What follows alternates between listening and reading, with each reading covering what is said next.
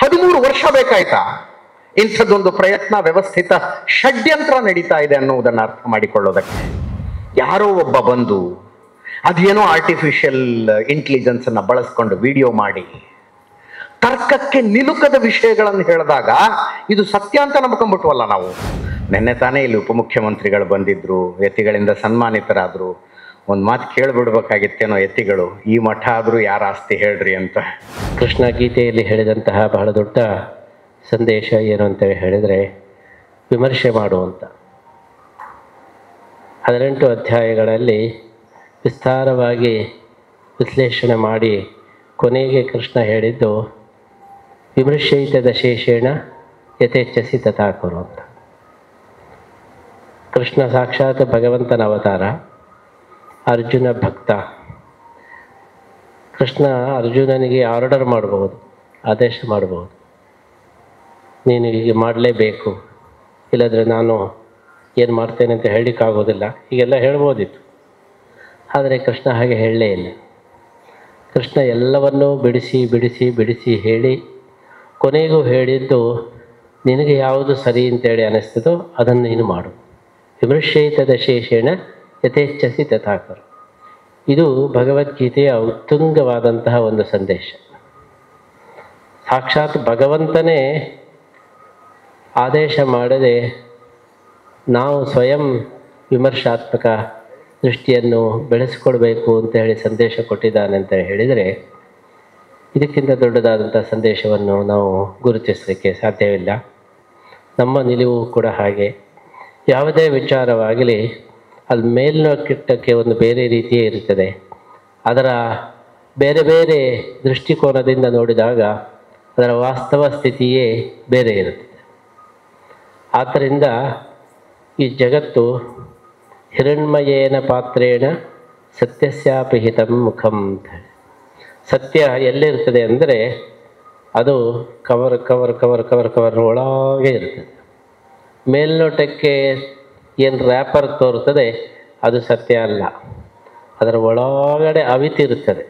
ಹಿರಣ್ಮಯೇನ ಪಾತ್ರೇಣ ಸತ್ಯಸ್ಯ ಅಪಹಿತಂ ಮುಖಂ. ನಾವು ಇದಕ್ಕೆ ಅರ್ಥ ಮಾಡಿದ್ದೇವೆ, ಹಿರಣ್ಮಯೇನ ಪಾತ್ರೇಣ ಅಂದರೆ ಸುವರ್ಣ ಚಾನೆಲ್ನಲ್ಲಿ ಸತ್ಯ ಅಪಹಿತವಾಗಿದೆ. ನಮ್ಮ ಅಜಿತ್ ಹನುಮಂತಕರ್ ಅವರು ಹಿರಣ್ಮಯ ಅಂದರೆ ಸುವರ್ಣ ನ್ಯೂಸ್ನಲ್ಲಿ ಸತ್ಯವನ್ನು ಅವರು ನೀಡ್ತಾ ಇದ್ದಾರೆ, ಉಪನಿಷತ್ತು ಹೇಳಿದ. ಅದಕ್ಕೋಸ್ಕರ ನಮ್ಮೆಲ್ಲರಿಗೂ ಕೂಡ ಬಹಳ ಸಂತೋಷ. ಯಾಕೆ ಅಂತೇಳಿ ಹೇಳಿದರೆ, ಎಷ್ಟೋ ಸಮಯ ಮನುಷ್ಯ ಅವನು ಸತ್ಯವನ್ನು ಹೇಳುವುದಕ್ಕಿಂತಲೂ ತನ್ನೊಳಗೆ ಇರತಕ್ಕಂಥ ವಿಚಾರವನ್ನು ಕಾರುವುದೇ ಜಾಸ್ತಿ. ಹೊರಗೆ ಏನಿದೆ ಅದನ್ನು ಹೇಳುವುದಲ್ಲ, ತನಗೆ ಒಳಗೆ ಏನಿದೆ ಅದನ್ನೇ ಹೇಳ್ತಾ ಇರ್ತಾರೆ. ಹೊರಗೆ ಏನಿದೆ ಅದನ್ನು ತೋರಿಸಿಕೊಡುವವರು ಬಹಳ ಕಡಿಮೆ. ವಸ್ತುಸ್ಥಿತಿ ಹೇಗಿದೆ, ನಿಜವಾದದ್ದು ಏನು, ಅದನ್ನು ವಿಮರ್ಶಕ ದೃಷ್ಟಿಯಿಂದ ನೋಡಿ ಯಥಾವತ್ತಾಗಿ ಅದನ್ನು ತೋರಿಸಿಕೊಡತಕ್ಕವರು ಬಹಳ ಕಡಿಮೆ. ಆ ದೃಷ್ಟಿಯಲ್ಲಿ ನೋಡಿದಾಗ ಅಜಿತ್ ಅವರು ಯಾವುದೇ ಒಂದು ಭ್ರಾಮಕವಾದಂತಹ ವಿಚಾರಗಳಿಗೆ ಒಳಗಾಗದೆ ಸತ್ಯ ಏನಿದೆ ಅದನ್ನು ಎತ್ತಿ ತೋರಿಸ್ತಕ್ಕಂತಹ ದೊಡ್ಡ ಕೆಲಸವನ್ನು ಮಾಡ್ತಾ ಇದ್ದಾರೆ. ಇವತ್ತು ಮಿಸ್ಗೈಡ್ ಮಾಡತಕ್ಕಂತಹ ಒಂದು ದೊಡ್ಡ ವ್ಯವಸ್ಥಿತವಾದಂತಹ ಒಂದು ಪ್ಲ್ಯಾನ್, ಯೋಜನೆ ಇಡೀ ಜಗತ್ತಿನಲ್ಲಿ ಕಾರ್ಯಪ್ರವೃತ್ತವಾಗಿದೆ. ಸತ್ಯವನ್ನು ಮರೆಮಾಚಿ ಜನರನ್ನು ತಪ್ಪು ದಾರಿಗೆ ಎಳೆಯತಕ್ಕಂತಹ ಒಂದು ವ್ಯವಸ್ಥಿತ ಒಂದು ತಂತ್ರಗಾರಿಕೆ ನಡೀತಾ ಇದೆ. ಅದಕ್ಕೆ ಸರಿಯಾಗಿ ಜನಗಳು ಕೂಡ ವಿಮರ್ಶಾ ಶಕ್ತಿಯನ್ನು ಕಳ್ಕೊಂಡಿದ್ದಾರೆ, ಚಿಂತನಾ ಶಕ್ತಿಯನ್ನು ಕಳ್ಕೊಂಡಿದ್ದಾರೆ. ಆದ್ದರಿಂದಲೇ ಇವತ್ತು ಎಲ್ಲ ಉದ್ಯಮಗಳಲ್ಲಿಯೂ ಕೂಡ ಅವರ ಬಜೆಟ್ನಲ್ಲಿ ಮೇಜರ್ ಪೋರ್ಷನ್ ಯಾವುದಂದರೆ ಅಡ್ವರ್ಟೈಸ್ಮೆಂಟಿಗೆ, ಕ್ವಾಲಿಟಿಗೆ ಅಲ್ಲ. ಪ್ರಾಡಕ್ಟಿನ ಕ್ವಾಲಿಟಿಯ ಬಗ್ಗೆ, ಪ್ರಾಡಕ್ಟಿನ ಒಂದು ಉತ್ತಮ ದರ್ಜೆಯ ಬಗ್ಗೆ ಅವರು ಇನ್ವೆಸ್ಟ್ ಮಾಡೋದಕ್ಕಿಂತಲೂ ಮುಖ್ಯವಾಗಿ ಅಡ್ವರ್ಟೈಸ್ಮೆಂಟಿಗೆ ಇನ್ವೆಸ್ಟ್ಮೆಂಟ್ ಮಾಡ್ತಾರೆ. ಹಿಂದಿನ ಕಾಲದಲ್ಲಿ ಅಡ್ವರ್ಟೈಸ್ಮೆಂಟ್ ಒಂದು ವಿಷಯವೇ ಇರಲಿಲ್ಲ. ಆ ಗುಣಮಟ್ಟದಿಂದಲೇ ಅದರ ಪ್ರಚಾರ ಆಗ್ತಾಯಿತ್ತು. ಇವತ್ತು ಗುಣಮಟ್ಟ ಬೇಕಾಗಿಲ್ಲ, ಬರೀ ಪ್ರಚಾರದಿಂದಲೇ ಗುಣಮಟ್ಟ ಉಂಟು ಅಂತೇಳಿ ಆಗ್ತಾಯಿದೆ. ಹೀಗಾಗಿ ಇದು ಅಡ್ವರ್ಟೈಸ್ಮೆಂಟ್ ಉದ್ಯಮ ಇಷ್ಟು ಜೋರಾಗಿ ಬೆಳೆಯಲಿಕ್ಕೆ ಕಾರಣ ಏನು ಅಂತ ಹೇಳಿದರೆ, ಜನಗಳಿಗೆ ವಿಮರ್ಶೆ ಮಾಡುವ ಶಕ್ತಿ ಇಲ್ಲ. ಅದರ ದುರುಪಯೋಗ. ಇವತ್ತು ಜನರಿಗೆ ಚಿಂತನ ಶಕ್ತಿ ಬಹಳ ಕಡಿಮೆ ಆಗ್ತಾ ಇದೆ. ಮೊಬೈಲ್ ಬಂದ ಮೇಲಂತೂ ಯಾರಿಗೂ ಕೂಡ ಯೋಚನೆ ಮಾಡುವ ಶಕ್ತಿಯೂ ಇಲ್ಲ. ಹಿಂದೆಲ್ಲ 1 ಗಂಟೆ ತನಕ ಏಕಾಗ್ರವಾಗಿ ಕೇಳ್ತಾ ಇದ್ರು. ಆಮೇಲೆ ಅದು ಅರ್ಧ ಗಂಟೆ ಏಕಾಗ್ರತೆ ಇರ್ತದೆ ಅಂತೇಳಿ ಆಯಿತು. ಈಗ ಒಂದು 5 ನಿಮಿಷದಲ್ಲೇ ಹೇಳಬೇಕು. 5 ನಿಮಿಷಕ್ಕಿಂತ ಜಾಸ್ತಿ ಹೇಳಿದರೆ 30 ಸೆಕೆಂಡ್ನಲ್ಲಿ ಹೇಳಬೇಕು. ಅದಕ್ಕಿಂತ ಜಾಸ್ತಿ ಹೇಳಿದರೆ ಎದ್ಕೊಂಡು ಹೋಗ್ಬಿಡುತ್ತೆ, ನಮಗೆ ಕೇಳಲಿಕ್ಕೆ ಆಗೋದಿಲ್ಲ. ಇದರ ಅರ್ಥ ಏನು ಹೇಳಿದರೆ, ಹೇಗೆ ಈ ಒಂದು ಏಕಾಗ್ರತೆ ಇದು ಕೆಳಗೆ ಇಳಿತಾ ಇದೆ, ಜನರಿಗೆ ತಾಳ್ಮೆ ಇಲ್ಲ, ಕೇಳುವ ಶಕ್ತಿ ಇಲ್ಲ, ವ್ಯವಧಾನ ಇಲ್ಲ, ವಿಮರ್ಶೆ ಮಾಡುವ ಒಂದು ಇಚ್ಛೆನೂ ಇಲ್ಲ, ಆ ಜಿಜ್ಞಾಸುತನವೇ ಇಲ್ಲ. ಏನು ಕಣ್ಣೆದುರಿಗೆ ಕಾಣ್ತಾ ಇದೆ ಸತ್ಯ ಅಂತ ಹೇಳಿ. ಆದ್ದರಿಂದಲೇ ಈ ಎಲ್ಲ ಉದ್ಯಮ, ಅಡ್ವರ್ಟೈಸ್ಮೆಂಟ್ ಉದ್ಯಮ 2 ಸೆಕೆಂಡ್ನಲ್ಲಿ 3 ಸೆಕೆಂಡ್ನಲ್ಲಿ ನಮ್ಮ ಒಂದು ಬುದ್ಧಿಯನ್ನು ಹೇಗೆ ಭ್ರಮಣ ಮಾಡಬೇಕು ಎಂಬುದನ್ನು ಆ ತಂತ್ರಜ್ಞಾನವೇ ಇವತ್ತು ಜಾಸ್ತಿ ಬೆಳೀತಾ ಇದೆ. 2 ಸೆಕೆಂಡು 3 ಸೆಕೆಂಡಿನ ಅಡ್ವರ್ಟೈಸ್ಮೆಂಟ್ನಲ್ಲಿ ಹೇಗೆ ಪ್ರಾಡಕ್ಟನ್ನು ನಾವು ಜನರ ಮನಸ್ಸಿನ ಒಳಗಡೆ ತುರುಕಿಸಬೇಕು ಅಂತ ಹೇಳಿ. ಇದರ ಅರ್ಥ ಏನು ಹೇಳಿದರೆ, ಜನಗಳು ಇವತ್ತು ಅಷ್ಟು ಬೆಪ್ಪುಗಳಾಗ್ತಾ ಇದೆ. ವಿಮರ್ಶೆ ಮಾಡೋದಕ್ಕಂತಹ ಶಕ್ತಿ ಕಡಿಮೆ ಆಗ್ತಾ ಇದೆ. ಹಾಗಾಗಿ ಚುನಾವಣೆ ಅಂತೇಳಿ ಹೇಳಿದರೆ ಅದು ಪ್ರಚಾರ ತಂತ್ರವೇ. ಸಾಧನೆ ಯಾರು ಮಾಡಿದ್ದಾರೆ, ಹಾನಿ ಯಾರು ಮಾಡಿದ್ದಾರೆ, ಇದರ ವಿಮರ್ಶೆಕ್ಕಿಂತ ಹೆಚ್ಚು ಪ್ರಚಾರದ ಅಲೆಗಳು ಏನು, ಆ ತತ್ಕಾಲದಲ್ಲಿ ಏನು ಅಲೆ ಬಂತು, ಆ ಅಲೆಯಿಂದಲೇ ಎಲ್ಲ ಮುಂದಿನ ಭವಿಷ್ಯ ನಿರ್ಧಾರ ಆಗುತ್ತೆ. ಆ ಸಮಯದ ಒಂದು ಅಲೆಯಿಂದ ದೇಶದ ಭವಿಷ್ಯ, ಅದು ಶಾಶ್ವತ ಭವಿಷ್ಯವನ್ನು ನಿರ್ಧಾರ ಆಗಿ ಹೋಗ್ತದೆ. ಅಂದರೆ ಜನಗಳು ಅಲೆಗಳಿಗೆ ಸಿಕ್ಕಿ ಹಾಕ್ಕೊಳ್ತಾ ಇದ್ದಾರೆ. ಆದ್ದರಿಂದ ಇವತ್ತು ಬೇಕಾದದ್ದು, ಜಗತ್ತಿಗೆ ಬೇಕಾದದ್ದು ನಮ್ಮ ಅಜಿತ್ ಅವಂತಹ ವಿಮರ್ಶಕರು ಬೇಕು. ಸತ್ಯವನ್ನು ಎತ್ತಿ ತೋರಿಸುವವರು ಬೇಕು. ಸತ್ಯವನ್ನು ಸರಿಯಾಗಿ ಜನರ ಮುಂದೆ ಇಡುವವರು ಬೇಕು.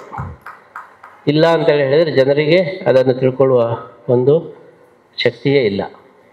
ಈ ದೃಷ್ಟಿಯಲ್ಲಿ ನಾವು ಕೂಡ ಮರ್ಮ ಮೀಮಾಂಸಾ ಅಂತ ಹೇಳಿ ಒಂದು 25 ವರ್ಷದಿಂದ ಪ್ರತಿ ತಿಂಗಳು ಯಾವುದೇ ಒಂದು ಪ್ರಮುಖವಾದ ಘಟನೆಯನ್ನು ನಾವು ತೆಗೆದುಕೊಂಡು ಅದರಲ್ಲಿ ಎಷ್ಟು ಆಯಾಮ ಇದೆ, ಯಾವ್ಯಾವ ದೃಷ್ಟಿಯಿಂದ ಅದನ್ನು ನೋಡಬಹುದು, ಅದರ ಹಿಂದೆ ಏನೇನು ತಂತ್ರಗಳಿವೆ, ಅದರ ಹಿಂದೆ ಯಾವ್ಯಾವ ಯೋಜನೆಗಳಿದೆ, ಇದನ್ನೆಲ್ಲ ಮೇಲ್ನೋಟಕ್ಕೆ ಒಂದು ಭಾವನೆಯೇ ಬೇರೆ, ಅದರ ಒಳಗೆ ಇಳಿಯುವಾಗ ಬರತಕ್ಕಂತಹ ಸತ್ಯವೇ ಬೇರೆ. ಇದನ್ನು ಕಂಡುಹಿಡಿಯುವ ದೃಷ್ಟಿಯಲ್ಲಿ ಮರ್ಮ ಮೀಮಾಂಸಾ ಎಂಬಂಥ ಒಂದು ಪ್ರಯತ್ನವನ್ನು ಕೂಡ ಮಾಡಿದ್ದೇವೆ. ಅನೇಕ ಜನರಿಗೆ ಅದು ತುಂಬ ಇಷ್ಟನೂ ಕೂಡ ಆಗಿದೆ.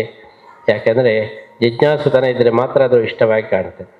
ಕೆಲವರಿಗೆ ವಿಮರ್ಶೆ ಅಂತೇಳಿ ಹೇಳಿದರೆ ಅದೊಂದು ಅಲರ್ಜಿ ತರಹ. ಏನು ವಿಮರ್ಶೆ ಮಾಡ್ತಾರೆ, ಎದುರಿಗೇನು ಕಾಣ್ತದೆ ಅದನ್ನೇ ಒಪ್ಪಿಬಿಡೋಣ ಅಂತೇಳಿ. ಆದರೆ ವಿಮರ್ಶಾನಂದ, ವಿಮರ್ಶೆಯಲ್ಲಿ ಸಿಗತಕ್ಕಂಥ ಆನಂದ ಬೇರೆ ಯಾವುದರಲ್ಲಿ ಸಿಗಲಿಕ್ಕೆ ಸಾಧ್ಯ ಇಲ್ಲ. ಯಾವುದೇ ವಸ್ತುವನ್ನಾಗಲಿ, ಯಾವುದೇ ವಿಚಾರವನ್ನಾಗಲಿ ಕೂಲಂಕಷವಾಗಿ, ತಳಸ್ಪರ್ಶಿಯಾಗಿ ನಾವು ವಿಮರ್ಶೆ ಮಾಡಿದಾಗ ನಮಗೇನು ಜ್ಞಾನೋದಯ ಆಗ್ತದೆ, ನಮಗೇನು ಸತ್ಯದ ಆವಿಷ್ಕಾರವಾಗ್ತದೆ, ಅದರಲ್ಲಿ ಸಿಗತಕ್ಕಂಥ ಆನಂದ ಮೇಲ್ನೋಟಕ್ಕೆ ನೋಡಿದ್ದನ್ನು ನಾವು ಒಪ್ಪಿಬಿಡುವುದರಲ್ಲಿ ಆಗುವುದಿಲ್ಲ. ಆದ್ದರಿಂದ ಎಲ್ಲವನ್ನು ಕೂಡ ವಿಮರ್ಶೆ ಮಾಡಬೇಕು. ಶ್ರೀ ಮಧ್ವಾಚಾರ್ಯರು ಕೂಡ ಹೇಳಿದ್ದು ಅಷ್ಟೇ. ಎಲ್ಲವನ್ನು ವಿಮರ್ಶೆ ಮಾಡಿ ನೀವೇ ಸ್ವಂತ ನಿರ್ಧಾರವನ್ನು ಮಾಡಿಕೊಳ್ಳಿ. ಆದ್ದರಿಂದ ಇಡೀ ಶಾಸ್ತ್ರಗಳ ಸಂದೇಶ ಏನಂದರೆ, ಅದೇ ಸರಿ ಇದೇ ಸರಿ ಅಂತ ನಾವು ಹೇಳೋದಲ್ಲ, ನಿಮಗೆ ವಿಮರ್ಶೆ ಮಾಡುವ ಶಕ್ತಿಯನ್ನು ಬೆಳೆಸ್ಕೊಳ್ಳಿ, ಜಡ್ಜ್ಮೆಂಟ್ ಕೆಪಾಸಿಟಿಯನ್ನು ಬೆಳೆಸ್ಕೊಳ್ಳಿ. ಲೈಫ್ ಅಂತೇಳಿ ಹೇಳಿದರೆ ಜಡ್ಜ್ಮೆಂಟ್ ಕೆಪಾಸಿಟಿ. ಜೀವನ ಅಂದರೆ ಏನು? ನೀವು ಮಾಡತಕ್ಕಂಥ ನಿರ್ಧಾರಗಳು. ಆ ನಿರ್ಧಾರಗಳ ಸಾಮರ್ಥ್ಯ ಯಾರಿಗೆ ಇಲ್ಲ ಅವನಿಗೆ ನಿಜವಾದ ಜೀವನವೇ ಇಲ್ಲ. ಆದ್ದರಿಂದ ಸರಿಯಾದ ಸಮಯದಲ್ಲಿ ಸರಿಯಾದ ನಿರ್ಧಾರಗಳನ್ನು, ಸರಿಯಾದ ವಿಮರ್ಶೆಯನ್ನು ಮಾಡುವುದೇ ನಿಜವಾದಂತಹ ಒಂದು ಜೀವನ. ಆದ್ದರಿಂದ ಜೀವನದ ಬಹಳ ಮುಖ್ಯವಾದಂತಹ ಒಂದು ವಿಚಾರ ಏನು ಅಂದರೆ ವಿಮರ್ಶೆ, ಆತ್ಮವಿಮರ್ಶೆ, ಅದೇ ರೀತಿ ಪರಮಾತ್ಮನ ವಿಮರ್ಶೆ, ಜಗತ್ತಿನ ವಿಮರ್ಶೆ, ನಮ್ಮ ಕಣ್ಣೆದುರಿಗೆ ನಡೀತಕ್ಕಂತಹ ಘಟನೆಗಳ ವಿಮರ್ಶೆ. ಇದು ಬಹಳ ಮುಖ್ಯವಾದದ್ದು. ಶಾಸ್ತ್ರದಲ್ಲಿ ಹೇಳ್ತಾರೆ, ಸತ್ಯವನ್ನು ತಿಳ್ಕೊಳ್ಳೋದು ಬಹಳ ಕಷ್ಟ. ಯಾಕೆ ಅಂತೇಳಿ ಹೇಳಿ, ಈಗ ನಮಗೆ ಸೂರ್ಯನನ್ನು ನಾವು ಕಾಣ್ತೇವೆ. ಆದರೆ ಯಾವ ಸೂರ್ಯನನ್ನು ಕಾಣ್ತೇವೆ, ನಾವು ಯಾವ ರೀತಿ ಕಾಣ್ತೇವೆ ಆ ರೀತಿ ಅವನಿಲ್ಲ. ನಮಗೆ ಒಂದು ಬಾಲ್ನ ತರಹ ಸೂರ್ಯ ಕಾಣ್ತಾನೆ. ಹಾಗಿದ್ರೆ ಸೂರ್ಯ ಅಷ್ಟೇ ದೊಡ್ಡವನ? ಅಲ್ಲ. ಸೂರ್ಯ ಭೂಮಿಗಿಂತಲೂ ದೊಡ್ಡವನು. ಹಾಗಾದರೆ ನಮಗೆ ಬಾಲನ್ ತರಹ ಕಾಣ್ತಾ ಇರೋದು ಏನಂದರೆ ಅದು ಸತ್ಯ ಅಲ್ಲ.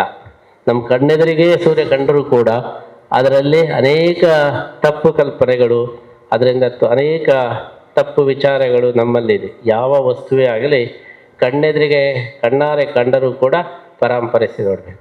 ಅದನ್ನು ವಿಮರ್ಶೆ ಮಾಡಿ ಮಾಡಿ ಮಾಡಿ ನೋಡಿದಾಗ ನಮಗೆ ಸತ್ಯ ಅದು ಮತ್ತೆ ರಿಫೈನ್ ಆಗ್ತಾ ಹೋಗ್ತದೆ.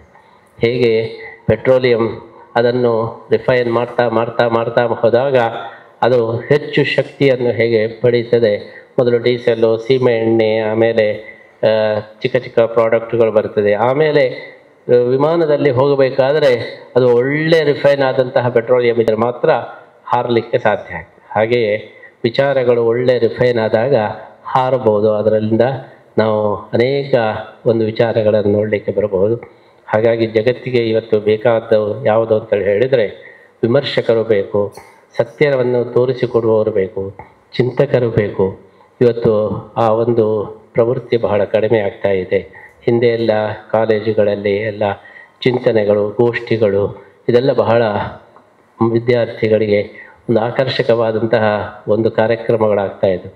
ಈಗ ಅದೇನೂ ಇಲ್ಲ, ಬರೀ ಡ್ಯಾನ್ಸುಗಳು, ಏನು ಮೇಲ್ನೋಟಕ್ಕೆ ಆಕರ್ಷಕ ಇರುತ್ತದೆ ಅದನ್ನೇ ಇವತ್ತು ನಮ್ಮ ವಿದ್ಯಾರ್ಥಿಗಳು ಇವರು ನೆಚ್ಚಿಕೊಂಡಿದ್ದಾರೆ. ಹಿಂದೆ ಎಲ್ಲ ಬೇರೆ ಬೇರೆ ಸಾಹಿತ್ಯಗಳು, ವಿಚಾರಗಳು, ವಿಮರ್ಶಕರು, ಅವರ ಬಗ್ಗೆ ಅವರ ಫಾಲೋವರ್ಸು, ಅವರ ಅನುಯಾಯಿಗಳು ಹೀಗೆಲ್ಲ ಇದ್ದರು. ಈಗ ಕಾಲೇಜುಗಳಲ್ಲಿ ಕೇವಲ ಸಿನಿಮಾ ಅನುಯಾಯಿಗಳು ಅಥವಾ ಬೇರೆ ಯಾವುದೋ ಒಂದು ಕೆಟ್ಟ ವಿಚಾರದ ಅನುಯಾಯಿಗಳು ಮಾತ್ರ ಇರ್ತಾರೆ ಹೊರತು ಒಳ್ಳೆಯ ಒಂದು ವಿಮರ್ಶಕರು, ಸಾಹಿತಿಗಳು, ವಿದ್ವಾಂಸರು ಅವರ ಚಿಂತನೆಯ ಬಗ್ಗೆ ಅವರು ವಿಮರ್ಶೆ ಮಾಡುವವರ ಸಂಖ್ಯೆ ಬಹಳ ಕಡಿಮೆ ಆಗ್ತಾ ಇದೆ.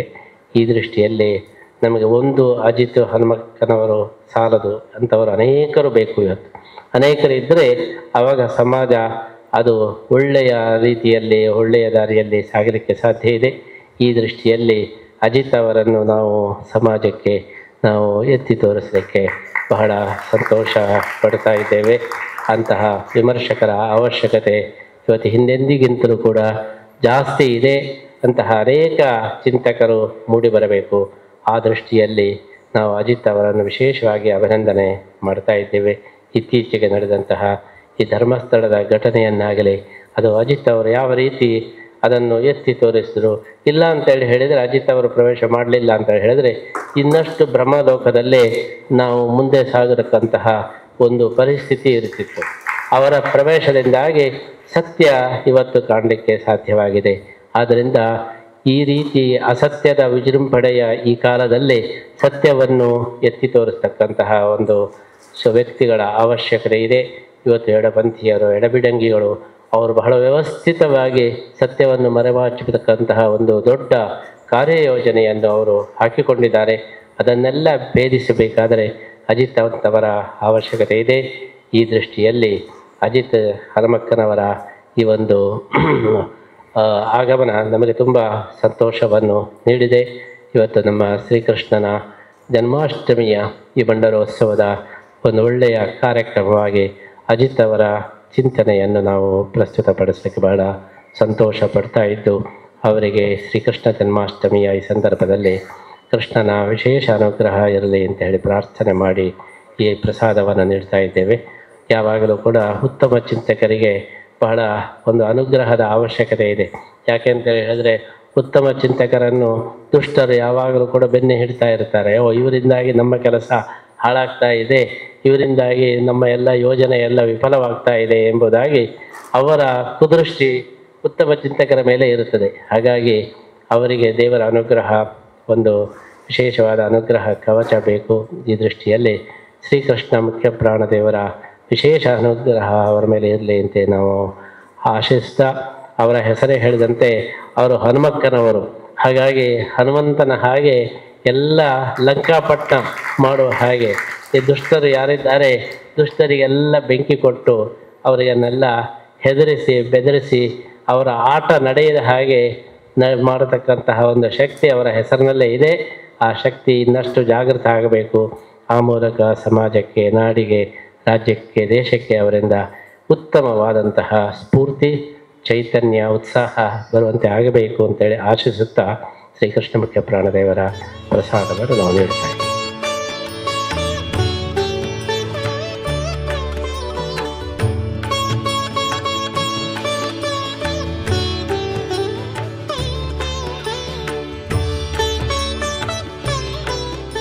ಭಾನುವಾರದ ಇವತ್ತಿನ ಕಾರ್ಯಕ್ರಮಕ್ಕೆ ಬರಬೇಕು ಅಂತ ನನಗೆ ಮಠದಿಂದ ಒಂದು ಆದೇಶ ಆದಾಗ ಸ್ವಲ್ಪ ಗೊಂದಲದಲ್ಲಿದ್ದೆ. ನನ್ನ ಪತ್ನಿ ಹೇಳ್ತಾ ಇದ್ರು, ಒಂದು ನವಗ್ರಹ ಶಾಂತಿ ಹೋಮ ಮಾಡಿಸೋದಕ್ಕೆ ಹೇಳಿದ್ದಾರೆ, ಹೋಮ ಮಾಡಿಸ್ಬೇಕು, ನೀವು ಕಾರ್ಯಕ್ರಮಕ್ಕೆ ಹೋಗಿ ಕೂತ್ಕೊಂಡ್ರೆ ಹೆಂಗೆ ಅಂತ. ನಾನು ಆ ವಿಷಯವನ್ನು ಹೇಳಿದಾಗ ಬಹಳ ಒಳ್ಳೆಯದು, ಇಲ್ಲೇ ಮಠದಲ್ಲೇ ಹೋಮ ಮಾಡಿಸೋಣ, ಇಲ್ಲೇ ಬಂದುಬಿಡಿ ಅಂದರು. ಇವತ್ತು ಬೆಳಗ್ಗೆ ಹೋಮ ಆದಮೇಲೆ ನನ್ನ ಹೆಂಡತಿ ಅಂತಿದ್ರು, ಇದು ಯಾವುದೋ ಪೂರ್ವಜನ್ಮದ ಪುಣ್ಯ ನಮ್ಮದು, ಮಠದ ಅಂಗಳದಲ್ಲಿ ಕೃಷ್ಣನಿಗೆ ಇಷ್ಟೊಂದು ಹತ್ತಿರದಲ್ಲಿ ಕೂತ್ಕೊಂಡು ಒಂದು ಹೋಮ ಮಾಡೋ ಅವಕಾಶ ಸಿಕ್ತಲ್ಲ, ಪೂರ್ವಜನ್ಮದ ಪುಣ್ಯ ಇದು ಅಂತ. ಪೂರ್ವಜನ್ಮದ ಪುಣ್ಯ ಬರೀ ಹೋಮ ಮಾಡಿಸಿದ್ದೊಂದೇ ಅಲ್ಲ, ಇಂಥದ್ದೊಂದು ವ್ಯವಸ್ಥೆಯ ಭಾಗ ನಾವು ಅಂದುಕೊಳ್ಳುವುದು ಮತ್ತು ಅದಕ್ಕೊಂದು ಅವಕಾಶ ಸಿಕ್ಕಿರೋದೇ ಪುಣ್ಯ. ಇದರದ್ದು ಬೆಲೆ ಇವತ್ತು ಕೂತ್ಕೊಂಡವ್ರಿಗೆ ಅಷ್ಟು ಸುಲಭವಾಗಿ ಅರ್ಥ ಆಗೋದಕ್ಕೆ ಸಾಧ್ಯ ಇಲ್ಲ. ಇದೇ ಸಂಸ್ಕೃತಿ, ಇದೇ ಸಂಪ್ರದಾಯದವರು ಅಲ್ಲೆಲ್ಲೋ ದೂರದಲ್ಲಿ ಅಫ್ಘಾನಿಸ್ತಾನದಲ್ಲಿದ್ದರು. ಇವತ್ತು ಅವರು ಮನೇಲಿ ಗಂಟೆ ಹೊಡೆದ್ರು ಪಕ್ಕದಲ್ಲಿ ಕೇಳಿಸ್ಬಾರ್ದು ಅನ್ನುವಷ್ಟು ಎಚ್ಚರಿಕೆಯಿಂದ ಗಂಟೆ ಹೊಡೆಯೋ ಪರಿಸ್ಥಿತಿಯಲ್ಲಿದ್ದಾರೆ. ಅಂಥದ್ರಲ್ಲಿ ಇಂಥದ್ದೊಂದು ವೈಭವಯುತವಾದ ಉತ್ಸವವನ್ನು ನಾವು ಮಾಡ್ತಾ ಇದ್ದೀವಲ್ಲ, ಎಂಥ ಪುಣ್ಯ ಇರ್ಬೇಕು ನಮ್ಮದು, ಎಂಥ ಭಾಗ್ಯವಂತರ ನಾವು. ನಾವು ಯಾವಾಗಲೂ ಋಣಗಳ ಬಗ್ಗೆ ಮಾತಾಡ್ತೀವಿ. ನಮ್ಮ ಮೇಲೆ ಋಣಗಳಿದ್ದಾವೆ, ಗುರುವಿನ ಋಣ ಇದೆ, ಆಚಾರ್ಯರ ಋಣ ಇದೆ, ದೇವರ ಋಣ ಇದೆ, ಹಾಗೆ ಪಿತೃ ಋಣ ಅಂತ ಮಾತಾಡ್ತೀವಿ ನಾವು. ಪಿತೃ ಋಣ, ನನ್ನ ಪ್ರಕಾರ ಪಿತೃಗಳು ಅಂದರೆ ಕೇವಲ ನಮ್ಮ ತಂದೆ ತಾಯಿ, ಅವರ ಅಪ್ಪ ಅಮ್ಮ, ಅವರಪ್ಪ ಅಮ್ಮ, ಮುತ್ತಜ್ಜ, ನಮ್ಮ ರಕ್ತ ಸಂಬಂಧಿಕರಾದಂಥವ್ರು ಅವರಷ್ಟೇ ಅಲ್ಲ. ಇವತ್ತು ನಾವು ಇಂಥದ್ದೊಂದು ಉತ್ಸವವನ್ನು, ಆಚರಣೆಯನ್ನು, ಸಂಪ್ರದಾಯವನ್ನು ಪಾಲಿಸಿಕೊಂಡು ಬರೋದಕ್ಕೆ ಯಾರ್ಯಾರೆಲ್ಲ ನಮಗೋಸ್ಕರ ಪ್ರಾಣ ಕೊಟ್ಟರಲ್ಲ, ಎಲ್ಲರೂ ನಮ್ಮ ಪಿತೃಗಳೇ. ಅಂಥ ಲಕ್ಷಾಂತರ ಬಲಿದಾನದ ಕಾರಣಕ್ಕಾಗಿ ನಾವು ಇಲ್ಲಿದ್ದೀವಿ. ಆ ಕಾರಣಕ್ಕೆ ಇದರ ಮಹತ್ವವನ್ನು ಅರ್ಥ ಮಾಡ್ಕೋಬೇಕು. ಪೂರ್ವಜನ್ಮದ ಸುಕೃತ, ಪೂರ್ವಜನ್ಮದ ಪುಣ್ಯ ಅಂತ ಯಾಕೆ ಅಂದ್ಕೊಳ್ತೀವಿ ಅಂತಂದರೆ ಈ ಒಂದು ಕಾರಣಕ್ಕೆ.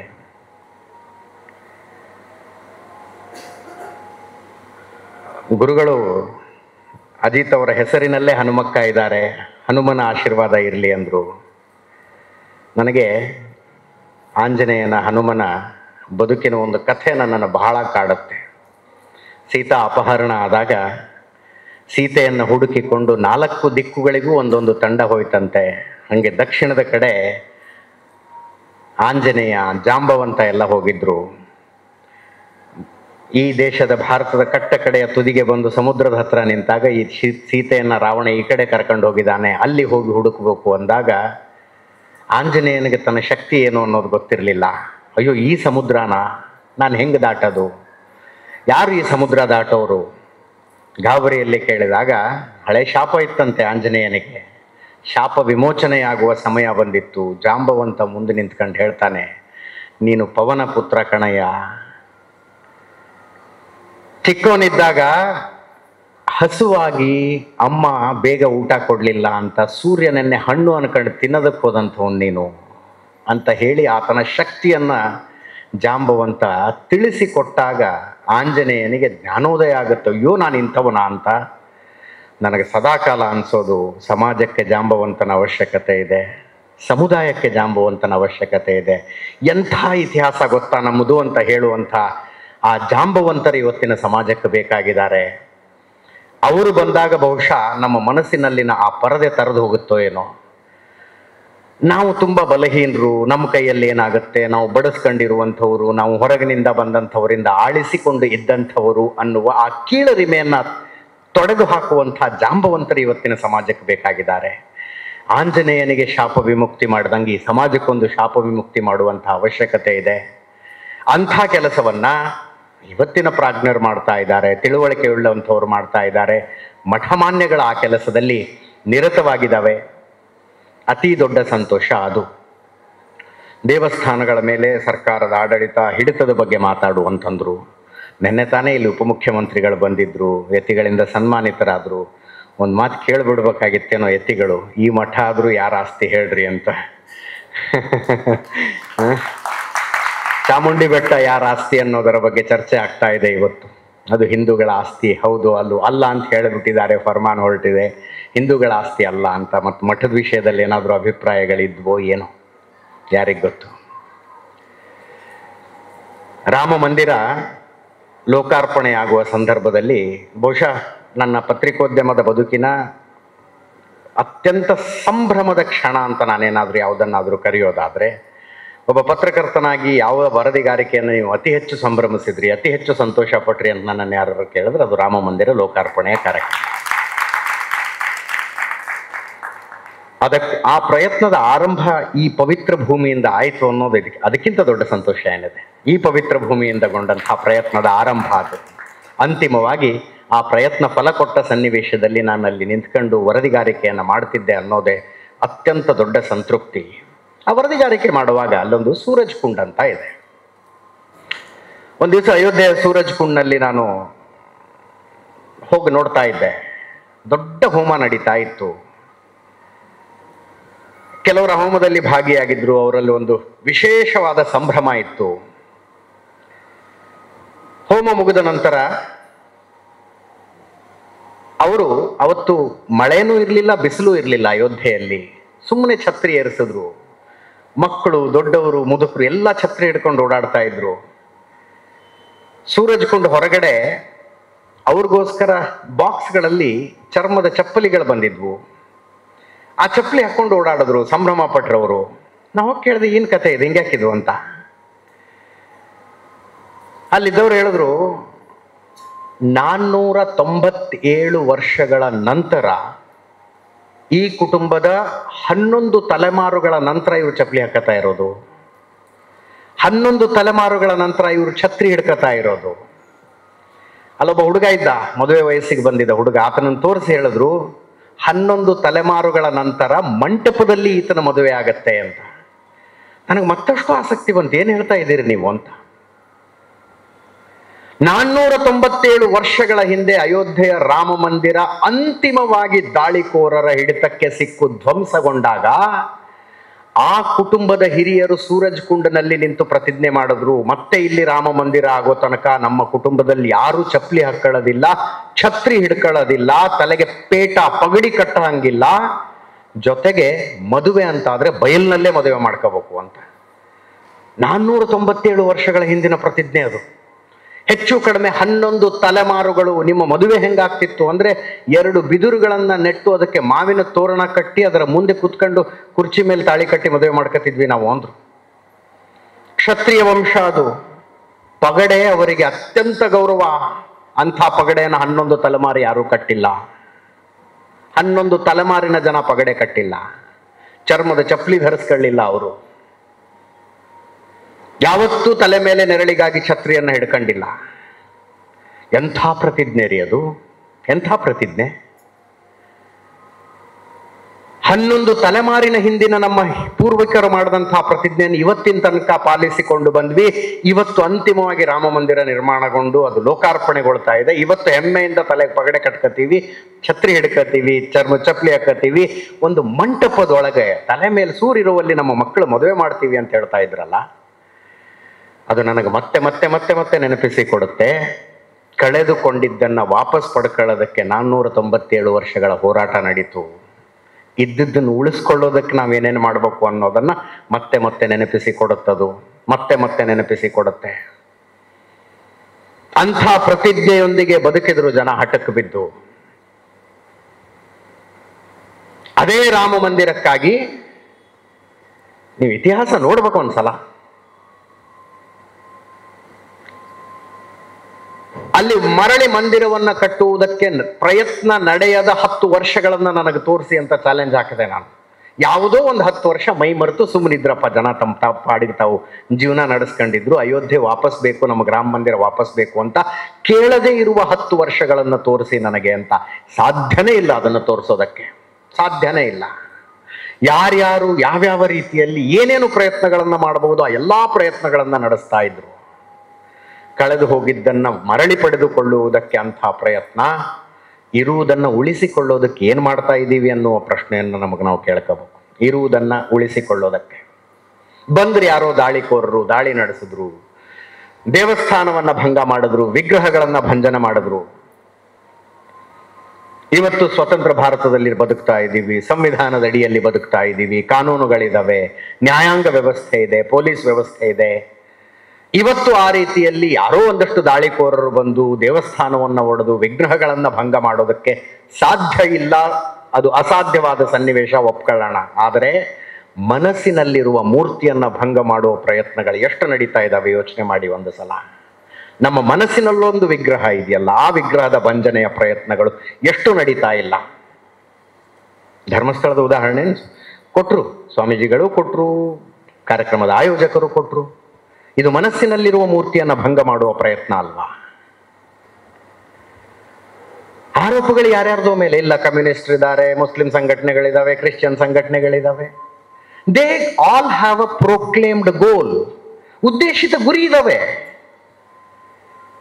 ತನ್ನನ್ನು ತಾನು ಕಮ್ಯುನಿಸ್ಟ್ ಅಂತ ಹೇಳಿಕೊಳ್ಳುವಂತಹ ಒಬ್ಬ ವ್ಯಕ್ತಿ, ಆತನ ಪಾಲಿಗೆ ರಿಲಿಜನ್ ಈಸ್ ಆನ್ ಓಪಿಯಂ,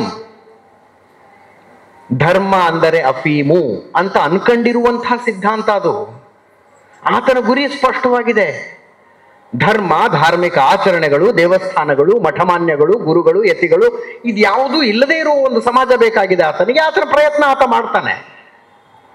ಇನ್ನೊಬ್ಬರು ಯಾರು ಈ ಜಗತ್ತಿನಲ್ಲಿ ಮೂರ್ತಿ ಪೂಜೆ ನಡೀಬಾರದು ಅನ್ನುವ ಗುರಿಯನ್ನು ಇಟ್ಕೊಂಡು ಹೊರಟವರಾಗಿದ್ದಾರೆ. ಇತಿಹಾಸದುದ್ದಕ್ಕೂ ಎಲ್ಲೆಲ್ಲಿ ಮೂರ್ತಿ ಪೂಜೆಗಳು ನಡೀತಾ ಇದ್ವು ಅಲ್ಲಿ ದಾಳಿಗಳನ್ನ ಮಾಡಿ, ಧ್ವಂಸ ಮಾಡಿ, ಎಲ್ಲವನ್ನೂ ನಡೆಸಿಕೊಂಡು ಬಂದಿರುವಂತಹ ಸಿದ್ಧಾಂತ ಒಂದಿದೆ. ಮತ್ತೊಂದು ಸಿದ್ಧಾಂತ, ಇಂಥದ್ದೇ ದೇವರು ಏಕೈಕ ದೇವರು ಆಗಬೇಕು, ಇನ್ಯಾವ ದೇವರುಗಳು ಇರಬಾರ್ದು, ಅದೊಂದು ಸಿದ್ಧಾಂತ ಇದೆ. ಅವರೆಲ್ಲರಿಗೂ ಉದ್ದೇಶಿತ ಗುರಿಗಳಿದಾವೆ. ನಮ್ಮ ಗುರಿ ಏನು? ಗಾಳಿ ಹಿಂಗ್ ಬೀಸಿದ್ರೆ ಹಿಂಗ್ ಹೋಗ್ತೀವಿ, ಹಂಗ್ ಬೀಸಿದ್ರೆ ಹಂಗ್ ಹೋಗ್ತೀವಿ, ಹರಿಯುವ ನೀರಿನ ಜೊತೆ ಹರಿದುಕೊಂಡು ಹೋಗ್ಬಿಡ್ತೀವಿ. ಇದಾ ನಮ್ಮ ಗುರಿ, ನಮ್ಮ ಉದ್ದೇಶ, ನಮ್ಮ ಜೀವನ? ನಮ್ಮ ಮನಸ್ಸಿನಲ್ಲಿರುವ ಮೂರ್ತಿಯನ್ನು ಒಡೆಯೋ ಪ್ರಯತ್ನ ಆಗ್ತಾ ಇದೆ ಅನ್ನೋದನ್ನ ಅರ್ಥ ಮಾಡ್ಕೊಳ್ಳೋದಕ್ಕೆ 13 ವರ್ಷ ಬೇಕಾ? 13 ವರ್ಷ ಬೇಕಾಯ್ತಾ? ಇಂಥದ್ದೊಂದು ಪ್ರಯತ್ನ, ವ್ಯವಸ್ಥಿತ ಷಡ್ಯಂತ್ರ ನಡೀತಾ ಇದೆ ಅನ್ನುವುದನ್ನು ಅರ್ಥ ಮಾಡಿಕೊಳ್ಳೋದಕ್ಕೆ. ನಮ್ಮ ಶ್ರದ್ಧೆ ಅಷ್ಟೊಂದು ಫ್ರಜೈಲ್ ಆಗಿತ್ತ ಅನ್ನೋದು ನನ್ನ ಪ್ರಶ್ನೆ. ನಮ್ಮೊಳಗಿರುವಂತಹ ಭಕ್ತಿ ಯಾರೋ ತಳ್ಳಿದ ತಕ್ಷಣ ಬಿದ್ದು ಹೋಗುವಷ್ಟು ವೀಕ್ ಆಗಿತ್ತ, ಬಲಹೀನವಾಗಿತ್ತ, ಅಷ್ಟೊಂದು ಫ್ರಜೈಲ್ ಆಗಿತ್ತ?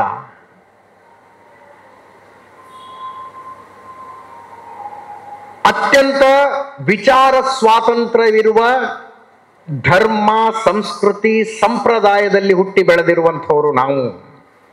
ವಿಚಾರ ಸ್ವಾತಂತ್ರ್ಯ, ಗುರುಗಳು ಹೇಳಿದ್ರಲ್ಲ, ಅಷ್ಟೆಲ್ಲಾ ಭಗವದ್ಗೀತೆಯನ್ನ ಹೇಳಿದ ಕೃಷ್ಣ, ಇದು ದೇವರಿಂದ ಬಂದಿದ್ದು, ದಿಸ್ ಇಸ್ ಫೈನಲ್, ಇದನ್ನು ಪ್ರಶ್ನೆ ಮಾಡಬೇಡ, ಸುಮ್ಮನೆ ಒಪ್ಕೊಂಡು ಪಾಲನೆ ಮಾಡ್ಕೊಂಡು ಹೋಗು ಅಂತ ಹೇಳಬಹುದಾಗಿತ್ತು.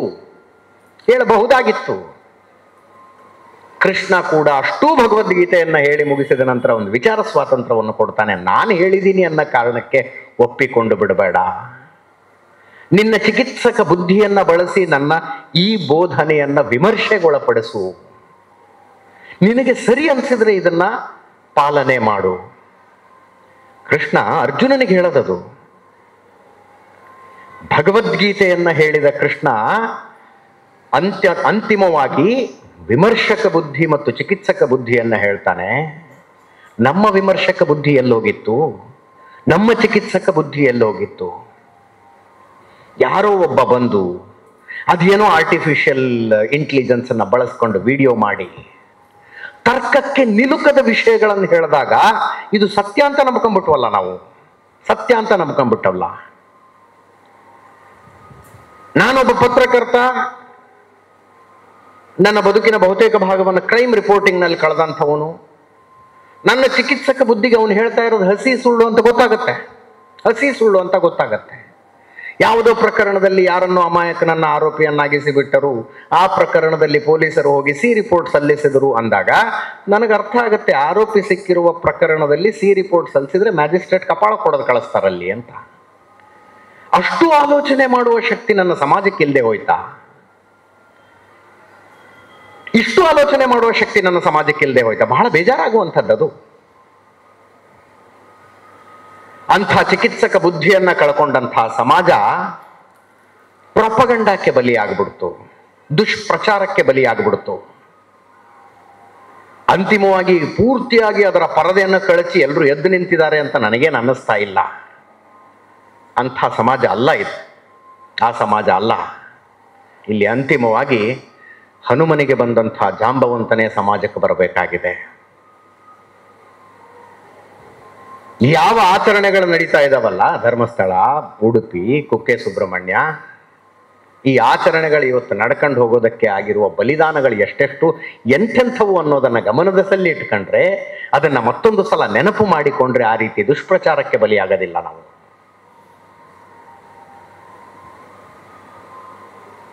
ದಾಳಿಕೋರರ ದಾಳಿಗಳಿಗೆ ಯಾವ್ಯಾವ ದೇಶಗಳು ಎಷ್ಟೆಷ್ಟು ವರ್ಷಗಳಲ್ಲಿ ಬಲಿ ಬಿದ್ದು ಹೋದವು ಅನ್ನೋದನ್ನಾದ್ರೂ ಒಂದ್ಸಲ ಅಧ್ಯಯನ ಮಾಡಿ ತಿಳ್ಕೊಳ್ಳೋಣ.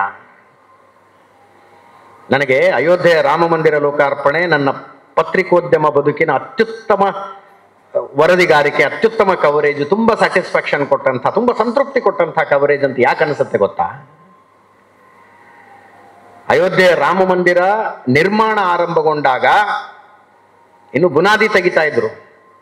ಅಲ್ಲಿ ಹೋಗಿ ಎತ್ತರದ ಸ್ಥಳವೊಂದರಲ್ಲಿ ನಿಂತ್ಕೊಂಡು ಆ ಬುನಾದಿ ಕಾರ್ಯವನ್ನು ನೋಡಿದಾಗ 1400 ವರ್ಷಗಳ ಇತಿಹಾಸ ನನ್ನ ಕಣ್ಣು ಮುಂದೆ ಬಂದೋಯ್ತು. 1400 ವರ್ಷಗಳ ಇತಿಹಾಸ. ಈ ಭಾರತೀಯ ನಾಗರಿಕತೆಗೆ ಒಂದೇ ಸಾಧ್ಯ ಆದದ್ದು, ಕಳೆದುಕೊಂಡಿದ್ದನ್ನ ಮರಳಿ ಪಡ್ಕೊಂಡು ಕಟ್ಟಿ ನಿಲ್ಲಿಸೋದಕ್ಕೆ ನಮಗ ಮಾತ್ರ ಈ ಪ್ರಪಂಚದಲ್ಲಿ ಸಾಧ್ಯ ಆಗಿದೆ. ಉಳಿದವರೆಲ್ಲ ಕಳ್ಕೊಂಡಿದ್ದು ಕಳೆದು ಹೋಯಿತು. ಅಂಥದ್ದೊಂದು ಸಂಸ್ಕೃತಿ ಇತ್ತು ಅನ್ನೋದನ್ನ ನೋಡ್ಬೇಕು ಅಂದ್ರೆ ನಾವು ಆ ದೇಶಗಳ ಮ್ಯೂಸಿಯಂಗೆ ಹೋಗಿ ನೋಡಬೇಕಾಗಿದೆ. ಮ್ಯೂಸಿಯಂಗೆ ನನ್ನದು ಜೀವಂತ ಸಂಸ್ಕೃತಿ, ಜೀವಂತ ಸಂಪ್ರದಾಯ, ಅವಿಚ್ಛಿನ್ನ ಪರಂಪರೆ. ಆ ಪರಂಪರೆ ತಾನು ಕಳ್ಕೊಂಡಿದ್ದನ್ನ ಮರಳಿ ಪಡೆದು ಕಟ್ಟಿ ನಿಲ್ಲಿಸ್ತು ಅನ್ನೋದರ ದ್ಯೋತಕವಾಗಿರುವಂಥದ್ದು ರಾಮ ಮಂದಿರ. ಆ ಬಲಿದಾನಗಳನ್ನ ನೆನಪಿಟ್ಕೋಬೇಕು. ಆವಾಗ ನಾವು ಮಾಡ್ತಾ ಇರುವ ಆಚರಣೆಗಳ ಮೌಲ್ಯ ಏನು ಅನ್ನೋದು ನಮಗೆ ಗೊತ್ತಾಗತ್ತೆ. ಇಲ್ಲದೆ ಹೋದ್ರೆ ಇಲ್ಲಿ ಯಾರು ತಡೆಯೋರಿಲ್ಲ, ನಿಲ್ಸೋರಿಲ್ಲ. ನಾಳೆ ಈ ಮಂದಿರದಿಂದ ಹೊರಡುವಂಥ ಘಂಟೆಯ ನಾದ ನನಗೆ ಬೆಳಗಿನ ನಿದ್ರೆಯನ್ನ ಡಿಸ್ಟರ್ಬ್ ಮಾಡ್ತಾ ಇದೆ ಅಂತ ಯಾರು ಕೋರ್ಟ್ಗೆ ಹೋಗಬಹುದು. ಹೌದಲ್ಲ, ಡಿಸ್ಟರ್ಬ್ ಮಾಡಬಾರ್ದು ಅಂತ ನಿಮಗೂ ಯಾರ್ದಾರು ಮನಸ್ಸಿನಲ್ಲಿ ಬರಬಹುದು, ಯಾರ್ದಾರು ಮನಸ್ಸು ನಿಮಗೂ ಬರಬಹುದು. ಒಂದು ಆಕ್ರಮಣಕಾರಿ ಪರಂಪರೆ ಬೇರೆ ಬೇರೆ ದೇಶಗಳು, ಯುನಾನ್, ಮಿಸ್ರ, ರೋಮ್ ಅಂತ ಕರಿತೀವಿ, ಆಯಾ ದೇಶಗಳನ್ನ ಸಂಪೂರ್ಣವಾಗಿ ಆಪೋಷಣ ತೆಗೆದುಕೊಂಡು ಅಲ್ಲಿದ್ದಂಥ ಸಂಸ್ಕೃತಿ, ಸಂಪ್ರದಾಯ, ದೇವಾನುದೇವತೆಗಳು, ಆಚರಣೆಗಳು, ಹಬ್ಬ ಹರಿದಿನಗಳನ್ನ ಸಂಪೂರ್ಣವಾಗಿ ಮುಗಿಸಿ ಹಾಕೋದಕ್ಕೆ ಒಂದೊಂದು ದೇಶಕ್ಕೆ ಆನ್ ಅನ್ ಆವರೇಜ್ 30 ವರ್ಷ ತಗೊಂಡ್ರು ದಾಳಿಕೋರರಷ್ಟೇ. 30 ವರ್ಷ ಆನ್ ಅನ್ ಆವರೇಜ್. ಸ್ಪೇನ್ ತನಕ ಆವರಿಸಿಕೊಂಡ್ರವರು 100 ವರ್ಷಗಳ ಅಂತರದಲ್ಲಿ. ಈಗ ಮ್ಯಾಪ್ ತೆಗೆದು ಯಾವುದನ್ನು ಮಧ್ಯಪ್ರಾಚ್ಯ ಅಂತ ನೋಡ್ತೀವಲ್ಲ, ಆ ಎಲ್ಲಾ ದೇಶಗಳಲ್ಲಿ ನಮ್ಮಲ್ಲಿದ್ದಂತಹ ಸಂಸ್ಕೃತಿಗಳಿದ್ವು, ನಮ್ಮಲ್ಲಿದ್ದಂಥ ಆಚರಣೆಗಳು, ದೇವತೆಗಳಿದ್ರು.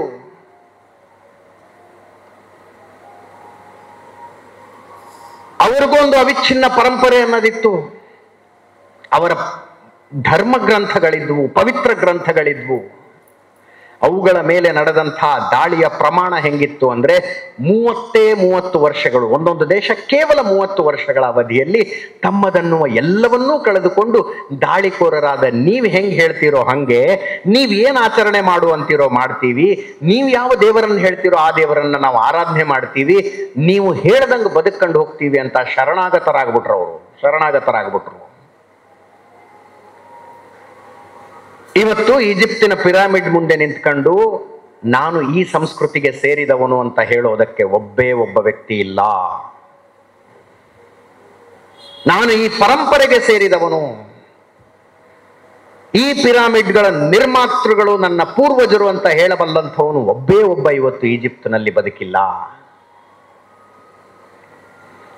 ಇವತ್ತು ಆ ಪಿರಾಮಿಡ್ಗಳು, ಅಲ್ಲಿನ ದೇವತೆಗಳು ಟೂರಿಸ್ಟ್ಗಳು ಹೋದ್ರೆ ನೋಡುವುದಕ್ಕಿರುವಂತಹ ಮ್ಯೂಸಿಯಂ ಪೀಸ್ಗಳಷ್ಟೇ.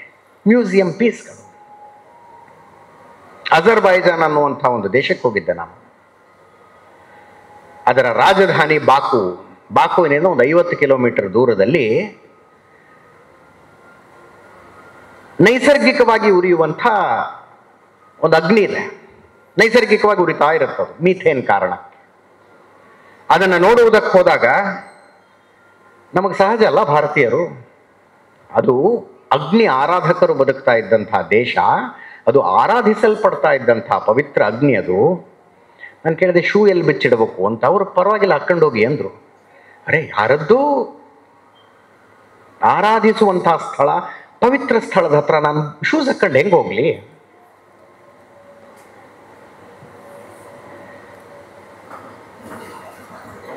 ಯಾವುದೋ ಕಾಲದಲ್ಲಿ ಯಾರಿಂದಲೂ ಆರಾಧಿಸಲ್ಪಡ್ತಾ ಇದ್ದಂತಹ ಜಾಗ ಅದು.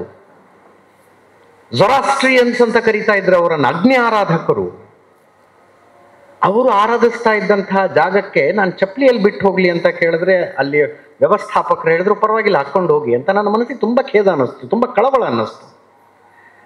ಯಾರ್ದಾದ್ರೂ ನನ್ನ ನಂಬಿಕೆ ಹೌದು ಅಲ್ವೋ, ಯಾವುದೋ ದೇವಸ್ಥಾನ ಗರ್ಭಗುಡಿ ಹತ್ರ ನಾನು ಚಪ್ಪಲಿ ಹಾಕೊಂಡು ಹೋಗಂದ್ರೆ ಹೋಗೋದಕ್ಕಾಗತ್ತಾ? ನಾನು ಕೇಳಿದೆ, ಇಲ್ಲ ಸರಿ ಅನ್ಸೋದಿಲ್ಲ. ಅವ್ರು ಹೇಳಿದ್ ನನಗೆ, no, there is no one to stop you there ಅಂತ. ಇದು ನನ್ನ ಪವಿತ್ರ ಸ್ಥಳ, ಇಲ್ಲಿಗೆ ನೀನು ಚಪ್ಪಲಿ ಹಾಕ್ಕೊಂಡು ಬರಬೇಡ ಅಂತ ಹೇಳೋದಕ್ಕೆ ಇಲ್ಲಿ ಯಾರೂ ಇಲ್ಲ, ಪರವಾಗಿಲ್ಲ ಹೋಗಿ ಅಂತ. ಅಂದರೆ ಆ ಅಗ್ನಿಯನ್ನ ಪವಿತ್ರ ಅಂತ ಆರಾಧಿಸ್ತಾ ಇದ್ದಂಥ ಆ ಸಂಪ್ರದಾಯದವರು ಒಬ್ರು ಆ ದೇಶದಲ್ಲಿ ಇಲ್ಲ. ಈಗ ಒಬ್ರು ಆ ದೇಶದಲ್ಲಿಲ್ಲ. ಇದನ್ನು ನೆನಪಿಸಿಕೊಂಡಾಗ ನಮಗೆ ಅರ್ಥ ಆಗತ್ತೆ, ಉಡುಪಿಗೆ ಬಂದು ಕೃಷ್ಣನ ಮುಂದೆ ನತಮಸ್ತಕರಾಗುವುದರ ಮೌಲ್ಯ ಏನು ಅನ್ನೋದು ನಮಗೆ ಗೊತ್ತಾಗತ್ತೆ. ಧರ್ಮಸ್ಥಳಕ್ಕೆ ಹೋಗಿ ಮಂಜುನಾಥನ ಮುಂದೆ ಕೈ ಮುಗಿಯುವುದರ ಮೌಲ್ಯ ಏನು ಅನ್ನೋದು ನಮಗೆ ಗೊತ್ತಾಗತ್ತೆ. ಈ ಒಂದು ಇದನ್ನ ಫೆಸಿಲಿಟಿ ಅನ್ನೋದಿಲ್ಲ, ನಾನು ಸೌಭಾಗ್ಯ ಸುಮ್ಮನೆ ಬಂದಿರೋದಲ್ಲ, ಅದು ಸುಮ್ಮನೆ ಬಂದಿರೋದಲ್ಲ. ಈ ಮಣ್ಣು ಪವಿತ್ರ ಮತ್ತು ಇದರ ಪಾವಿತ್ರ್ಯವನ್ನು ಉಳಿಸಿಕೊಳ್ಳೋದಕ್ಕೆ ಹಿಂದಿನ ತಲೆಮಾರುಗಳ ಲಕ್ಷಾಂತರ ಜನ ಕ್ಷಾತ್ರ ತೇಜಸ್ಸಿನಿಂದ ಹೋರಾಡಿರುವ ಕಾರಣಕ್ಕಾಗಿ ಇವತ್ತು ಉಡುಪಿಯೋ ಧರ್ಮಸ್ಥಳವೋ ಕುಕ್ಕೆ ಸುಬ್ರಹ್ಮಣ್ಯವೋ ಇರುವುದು, ಇಲ್ಲಿ ಭೂತಾರಾಧನೆ ಆಗುವಂಥದ್ದು, ನಾವು ಕೊರಗಜ್ಜ ಅನ್ನುವಂಥದ್ದು ಎಲ್ಲವೂ ಆ ಕಾರಣಕ್ಕೆ. ಆ ದಾಳಿಕೋರರ ಉಪಟಳ ಈ ಭಾಗದಲ್ಲಿ ಸ್ವಲ್ಪ ಕಡಿಮೆ ಇತ್ತು. ನಾನು ಆ ಲೇಖಕರ ಹೆಸರನ್ನು ಮರೆತು ಬಿಟ್ಟೆ. ರಾಜಸ್ಥಾನದ ಜೈಪುರದ ರೈಲ್ವೆ, ಮೊದಲನೇ ಸಲ ರಾಜಸ್ಥಾನಕ್ಕೆ ಹೋಗ್ತಾರ ಆ ಲೇಖಕರ ಹೆಸರು ಮರೆತು ಬಿಟ್ಟೆ ನಾನು. ಜೈಪುರ ರೈಲ್ವೆ ಸ್ಟೇಷನ್ಗೆ ಹೋಗಿ ರೈಲು ಬೋಗಿಯಿಂದ ಹೊರಗೆ ಹೆಜ್ಜೆ ಇಡುವಾಗ ಒಂಥರ ಮನಸ್ಸಿಗೆ ಕಳವಳ ಆಯ್ತಂತವ್ರಿಗೆ. ಈ ಭೂಮಿ ಮೇಲೆ ಕಾಲಿಡ್ತಾ ಇದ್ದೀನಿ, ಗೊತ್ತಿಲ್ಲ ಯಾವ ವೀರನ ಯಾವ ಶೂರನ ಶವ ಸಂಸ್ಕಾರ ಆಗಿದೆಯೋ ಇಲ್ಲಿ, ಯಾವ ವೀರನ ಯಾವ ಶೂರನ ಶವ ಸಂಸ್ಕಾರ ಆಗಿದೆಯೋ ಗೊತ್ತಿಲ್ಲ. ಅಪ್ಪಿತಪ್ಪಿ ಆತನ ಅಸ್ಥಿಯ ಮೇಲೆ ನಾನು ಕಾಲಿಟ್ಟು ಬಿಟ್ರೆ ಅನ್ನುವ ಕಳವಳದೊಂದಿಗೆ ನಾನು ಈ ಭೂಮಿಯ ಮೇಲೆ ಕಾಲಿಡ್ತಾ ಇದ್ದೀನಿ, ಓಡಾಡ್ತಾ ಇದ್ದೀನಿ ಅಂತ ಲೇಖಕರೊಬ್ಬರು ಬರೀತಾರೆ. ಇವತ್ತು ನಮಗೆ ರಾಜಸ್ಥಾನದಿಂದ ಬಂದವರೇನು, ಮಾರವಾಡಿಗಳು, ವ್ಯಾಪಾರ ಮಾಡೋರು, ಕನ್ನಡ ಕಲಿಯೋದಿಲ್ಲ, ಇಷ್ಟೇ. ಅದನ್ನೇ ಹೇಳ್ತಾ ಇದ್ನಲ್ಲ ನಾನು, 30 ವರ್ಷಗಳಲ್ಲಿ ಆನ್ ಅನ್ ಆವರೇಜ್ ಒಂದೊಂದು ದೇಶ ತನ್ನ ಸಂಸ್ಕೃತಿ, ತನ್ನ ಸಂಪ್ರದಾಯ, ಹಬ್ಬ ಹರಿದಿನ, ದೇವಾನ ದೇವತೆಗಳನ್ನೆಲ್ಲ ತ್ಯಾಗ ಮಾಡಿ ದಾಳಿಕೋರರು ಹೇಳಿದ್ದನ್ನು ಕೇಳ್ಕೊಂಡು ಹೊರಡ್ಬಿಟ್ಟು 30 ವರ್ಷಕ್ಕೆ. ಅದೇ ಸಿರೀಸ್ನಲ್ಲಿ ಭಾರತದ ಗಡಿಗೂ ಆ ದಾಳಿಕೋರರು ಬಂದರು. ಭಾರತದ ಒಳಗೆ ಬಿಟ್ಟುಕೊಳ್ಳುವುದಕ್ಕೆ ನಾವು ತೆಗೆದುಕೊಂಡ ಅವಧಿ 500 ವರ್ಷ. 500 ವರ್ಷ ನಮ್ಮ ಪೂರ್ವಿಕರು ಗಡಿಯಲ್ಲಿ ತಡೆದು ನಿಲ್ಲಿಸಿದ್ರು ಅವರನ್ನ. 500 ವರ್ಷ ಅಂದ್ರೆ ಸುಮ್ಮನೆ ನಿಲ್ಲಿಸ್ಬಿಟ್ರ, ಬರಬೇಡಿ ಒಳಗೆ ಅಂತ ಇಲ್ಲ. ನಿರಂತರವಾಗಿ ಕದನಗಳಾದವು, ನಿರಂತರವಾಗಿ ಯುದ್ಧಗಳಾದವು. ಅಂತಿಮವಾಗಿ ದೆಹಲಿ ತನಕ ಬಂದು ಒಂದು ಧ್ವಜ ನೆಡೋದಕ್ಕೆ ಆ ದಾಳಿಕೋರರು 500 ವರ್ಷ ತಗೊಂಡ್ರು. 5 ಶತಮಾನ ನಮ್ಮ ಪೂರ್ವಜರು ಹೋರಾಡಿದ್ರು. ಉಳಿದ ದೇಶಗಳಂತೆ ಯುನಾನ, ಮಿಸ್ರ, ರೋಮ್ ರೀತಿಯಲ್ಲಿ ಆವಾಗಿನ ನಮ್ಮ ಪೂರ್ವಜರು ಕೂಡ ಅದೇ ರೀತಿಯಲ್ಲಿ ಶರಣಾಗತರಾಗ್ಬಿಟ್ಟಿದ್ರೆ ಇವತ್ತು ಹಿಂಗೆ ಕುತ್ಕೊಂಡು ಕಾರ್ಯಕ್ರಮ ಮಾಡ್ತಿದ್ವಾ ನಾವು? ರಾಮ ಇರ್ತಿದ್ನಾ, ಕೃಷ್ಣ ಇರ್ತಿದ್ನಾ, ಕೊರಗಜ್ಜ ಇರ್ತಿದ್ನಾ ಇಲ್ಲಿ? ಆ ತ್ಯಾಗದ ಪ್ರತಿಫಲವನ್ನ ಇವತ್ತು ನಾವು ಅನುಭವಿಸ್ತಾ ಇದ್ದೀವಿ. ಆ ಕಾರಣಕ್ಕೆ ಪಿತೃಋಣ ನನಗೆ ಅತ್ಯಂತ ದೊಡ್ಡದು ಅನ್ಸುತ್ತೆ. ಪಿತೃಋಣ ಅತ್ಯಂತ ದೊಡ್ಡದು ಅನ್ಸೋದು ಆ ಕಾರಣಕ್ಕೆ. ಅದರ ಪ್ರಜ್ಞೆ, ಪರಿಕಲ್ಪನೆ ನಮ್ಮೆಲ್ಲರಲ್ಲೂ ಇರಬೇಕಾಗತ್ತೆ. ರಾಜಸ್ಥಾನದ ಮಣ್ಣಿನ ಬಗ್ಗೆ ಹೇಳ್ತಾ ಇದ್ದೆ. ಆ ಹೋರಾಟಗಳನ್ನು ನೆನಪಿಸಿಕೊಳ್ಳಬೇಕು. ದಾಳಿಕೋರರ ದಾಳಿ ಇನ್ನ ಹಿಮ್ಮೆಟ್ಟಿಸುವುದಕ್ಕಾಗುವುದಿಲ್ಲ ಅಂದಾಗ ಖಾಲಿಯಾಗಿರುವ ಕಲ್ಯಾಣಿಯಲ್ಲಿ ಕಟ್ಟಿಗೆಗಳನ್ನು ಒಟ್ಟಿ ಅದಕ್ಕೆ ಬೆಂಕಿ ಹಚ್ಚಿ ಸಾವಿರಾರು ಸಂಖ್ಯೆಯ ಹೆಣ್ಣು ಮಕ್ಕಳು ಅಗ್ನಿಪ್ರವೇಶ ಮಾಡಿಬಿಟ್ರಲ್ಲ. ಅಂಥದ್ದೊಂದು ನಿರ್ಧಾರವನ್ನು ಅವತ್ತು ಆಗಿನ ಕಾಲದಲ್ಲಿ ಅವರು ತೆಗೆದುಕೊಂಡಿರದೇ ಹೋಗಿದ್ದರೆ, ಆಯಿತು ದಾಳಿ ಮಾಡ್ತೀರಾ ಸರಿ, ಮಾಡಿ, ನಮ್ಮ ಗಂಡಂದ್ರು ಸೋತ್ರ ಸರಿ, ನಾವು ನಿಮಗೆ ಪತ್ನಿಯರಾಗಿರ್ಬೇಕಾ ಉಪಪತ್ನಿಯರಾಗಿರ್ಬೇಕಾ, ಅದಕ್ಕೆ ನಾವು ತಯಾರಾಗಿದ್ದೇವೆ ಅಂತ ಹೆಣ್ಣು ಮಕ್ಕಳು ಹೊರಟು ಬಿಟ್ಟಿದ್ದರೆ ಇವತ್ತು ಈ ದೇಶ ಏನಾಗಿರ್ತಿತ್ತು? 1947ರಲ್ಲಿ 2 ಪಾಕಿಸ್ತಾನಗಳು ಒಡೆದು ಹೋದ್ವಲ್ಲ, ಈಸ್ಟ್ ಪಾಕಿಸ್ತಾನ್ ಮತ್ತು ವೆಸ್ಟ್ ಪಾಕಿಸ್ತಾನ್.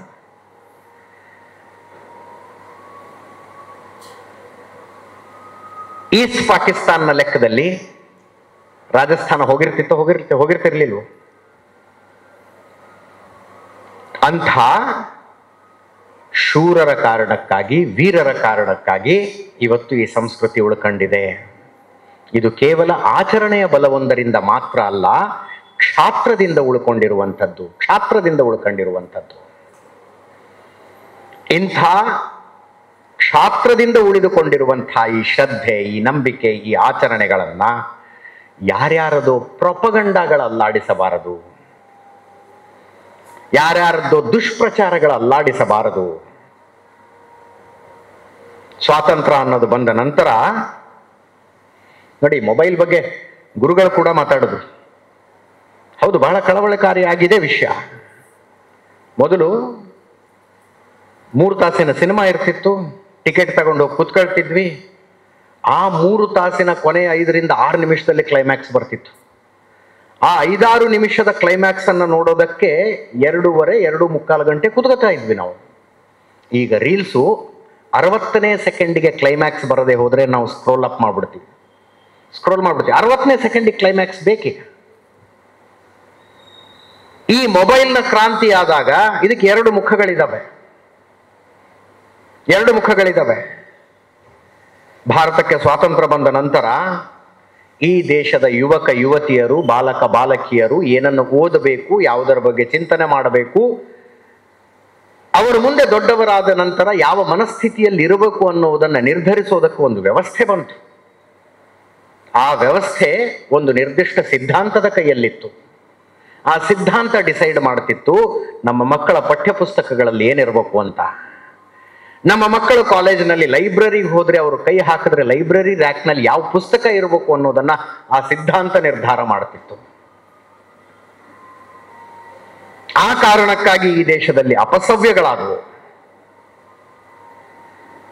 ಆ ಅಪಸವ್ಯಗಳ ಹೊರತಾಗಿಯೂ ಈ ಸಂಸ್ಕೃತಿ ಮತ್ತೆ ಗಟ್ಟಿಯಾಗಿ ನಿಂತುಕೊಂಡಿದ್ದು ಹೆಂಗೆ ಅಂದ್ರೆ ಈ ತಾಯಂದರ ಕಾರಣಕ್ಕಾಗಿ. ನೀನು ಶಾಲೆಗೆ ಹೋಗಿ ಶಾಲೆಯಲ್ಲಿ ಏನೇ ಓದಿ ಬಂದ್ರು ಮನೆಗೆ ಬಂದ ಮೇಲೆ ಒಂದು ಕುಮಾರವ್ಯಾಸ ಭಾರತವನ್ನು ಹೇಳುವ ಪದ್ಧತಿ ಇತ್ತಿಲ್ಲಿ.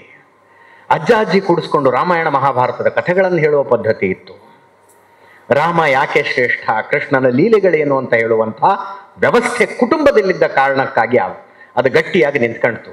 ಬಹಳ ಸಲ ನಾನು ತಮಾಷೆಯಾಗಿ ಹೇಳ್ತೀನಿ, ನಮ್ಮ ಮಕ್ಕಳು ಶಾಲೆಯ ಪಠ್ಯ ಪುಸ್ತಕಗಳನ್ನು ಗಂಭೀರವಾಗಿ ತೆಗೆದುಕೊಂಡು ಬಿಟ್ಟಿದ್ರೆ ದೇಶದ ಸಂಸ್ಕೃತಿ ನಾಶ ಆಗ್ಬಿಡ್ತಿತ್ತು.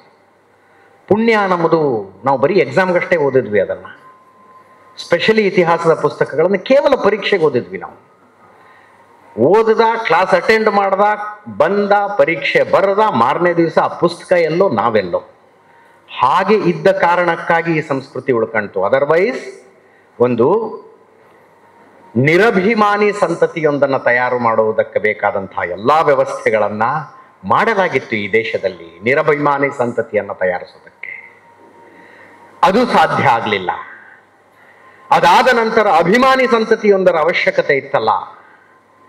ಯಾವ ವ್ಯವಸ್ಥೆ ಸ್ವಾತಂತ್ರ್ಯ ನಂತರ ನಾವು ಏನನ್ನು ಓದಬೇಕು, ಏನನ್ನು ಚಿಂತನೆ ಮಾಡಬೇಕು, ಏನನ್ನು ಮಾತನಾಡಬೇಕು ಅಂತ ನಿರ್ಧರಿಸ್ತಾ ಇತ್ತೋ ಆ ವ್ಯವಸ್ಥೆಯನ್ನು ಸೋಲಿಸೋದಕ್ಕೊಂದು ಪ್ರತಿ ವ್ಯವಸ್ಥೆ ಬೇಕಾಗಿತ್ತಲ್ಲ. ಆ ಪ್ರತಿ ವ್ಯವಸ್ಥೆ ಬಂದದ್ದು ಇವತ್ತು ನಾವು ಬೈತಾ ಇರುವ ಈ ಮೊಬೈಲ್ನಿಂದಲೇ. ಚೀಪ್ ಡೇಟಾ ಅಂತ ಏನು ಕರೆದ್ವಲ್ಲ, ಇಡೀ ಪ್ರಪಂಚದಲ್ಲಿ ನೀವು ಅತ್ಯಂತ ಕಡಿಮೆ ಬೆಲೆಗೆ ಇಂಟರ್ನೆಟ್ ಎಲ್ಲೆಲ್ಲಿ ಸಿಗುತ್ತೆ ಅನ್ನೋದನ್ನು ನೋಡಿದ್ರೆ ಇಸ್ರೇಲ್ ನಂತರದ ಸ್ಥಾನ ಭಾರತಕ್ಕೆ. ಅತ್ಯಂತ ಕಡಿಮೆ ಬೆಲೆಗೆ ಇಂಟರ್ನೆಟ್ ಸಿಗುತ್ತೆ.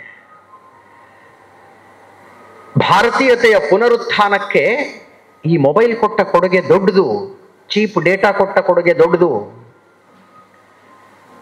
ಯಾವುದು ನಮ್ಮ ಪಠ್ಯ ಪುಸ್ತಕಗಳಲ್ಲಿ ಸಿಗಲಿಲ್ಲವೋ, ಯಾವುದು ಲೈಬ್ರರಿಗಳಲ್ಲಿ ಸಿಗಲಿಲ್ಲವೋ, ಯಾವುದು ಒಂದು ನಿರ್ದಿಷ್ಟ ಸಿದ್ಧಾಂತದ ಕಾರಣಕ್ಕಾಗಿ ನಮ್ಮ ಮಕ್ಕಳಿಗೆ ದೊರೆಯಲಿಲ್ಲವೋ ಅದು ಮೊಬೈಲ್ನಲ್ಲಿ ದೊರೆಯೋದಕ್ಕೆ ಶುರುವಾಯಿತು. ಭಾರತೀಯತೆಯ ಪುನರುತ್ಥಾನಕ್ಕೆ ಚೀಪ್ ಡೇಟಾ ದೊಡ್ಡ ಕೊಡುಗೆ ಕೊಡ್ತು ಅನ್ನೋದನ್ನು ನನ್ನ ಹತ್ರ ಒಬ್ಬ ಇಂಟೆಲಿಜೆನ್ಸ್ ಆಫೀಸರ್ ಕೂತ್ಕೊಂಡು, IPS ಆಫೀಸರ್ ಕೂತ್ಕೊಂಡು ಎಕ್ಸ್ಪ್ಲೇನ್ ಮಾಡಿದ್ರು. ಜನ ಪ್ರಶ್ನೆಗಳನ್ನು ಕೇಳೋದಕ್ಕೆ ಶುರು ಮಾಡಿದ್ರು. ಅದರ್ವೈಸ್ ಏನು ಓದ್ತಿದ್ವಿ ನಾವು? ಮೊಘಲರ ವಾಸ್ತುಶಿಲ್ಪ, ಭಾರತೀಯ ಸಂಸ್ಕೃತಿಗೆ ಅವರು ಕೊಟ್ಟ ಕೊಡುಗೆಗಳು, ಔರಂಗಜೇಬನ ಕಾಲ. ಬಹಳ ಆಶ್ಚರ್ಯ ಆಗುತ್ತೆ. ನಾನು ತುಂಬ ಮೆಚ್ಚಿಕೊಂಡಿದ್ದಂಥ ಒಬ್ಬ ಲೇಖಕರು ಹಿಂಗೆ ವೇದಿಕೆಯ ಭಾಷಣವೊಂದರಲ್ಲಿ ಹೇಳಿದ್ರು, ಔರಂಗಜೇಬ ಒಬ್ಬ ಸಮಾಜವಾದಿ ರಾಜನಾಗಿದ್ದ, ಆತನ ಸಮಾಧಿಗೆ ಹೋಗಿದ್ದೆ ನಾನು ಔರಂಗಾಬಾದ್ಗೆ. ಎಷ್ಟು ಸಿಂಪಲ್ ಆದಂತಹ ಸಮಾಧಿ ಇತ್ತು. ನನ್ನ ಪ್ರಕಾರ ಆತ ಒಬ್ಬ ಸೋಷಿಯಲಿಸ್ಟ್ ರಾಜ. ಎಲ್ಲಿಂದ ಬಂತು ಆ ಮಾತು? ಅರೆ, ಪಠ್ಯಪುಸ್ತಕದಲ್ಲೂ ಅದನ್ನೇ ಅಲ್ಲ ನೀವು ಹೇಳಿದ್ದು. ಈ ಮೊಬೈಲ್ನ ಕಾರಣಕ್ಕಾಗಿ ಔರಂಗಜೇಬ ಏನು ಅನ್ನುವುದು ನಮಗೆ ಗೊತ್ತಾಗ ಹಂಗಾಯ್ತು. ಯಾರೋ ಒಬ್ಬ ಇತಿಹಾಸ ತಜ್ಞರು ಸಂಶೋಧನೆಗಳ ಆಧಾರದ ಮೇಲೆ ಆತನ ಬದುಕು ಹಿಂಗಿತ್ತು ನೋಡ್ರಿ ಅಂತ ಹೇಳಿದ್ರು. ಅಂತ ಒಂದು ಪೀಳಿಗೆಗೆ ಮಾಡಬಹುದಾದ ಅತಿ ದೊಡ್ಡ ದ್ರೋಹ ಅಂದ್ರೆ ತಪ್ಪು ಮೌಲ್ಯಗಳನ್ನು ಕೊಡೋದು. ಒಂದು ಪೀಳಿಗೆಗೆ ಮಾಡಬಹುದಾದ ಅತಿ ದೊಡ್ಡ ದ್ರೋಹ ಅದು. ಯಾವ ವ್ಯಕ್ತಿ ಸಿಂಹಾಸನಕ್ಕೇರಬೇಕು ಅನ್ನುವ ಕಾರಣಕ್ಕೆ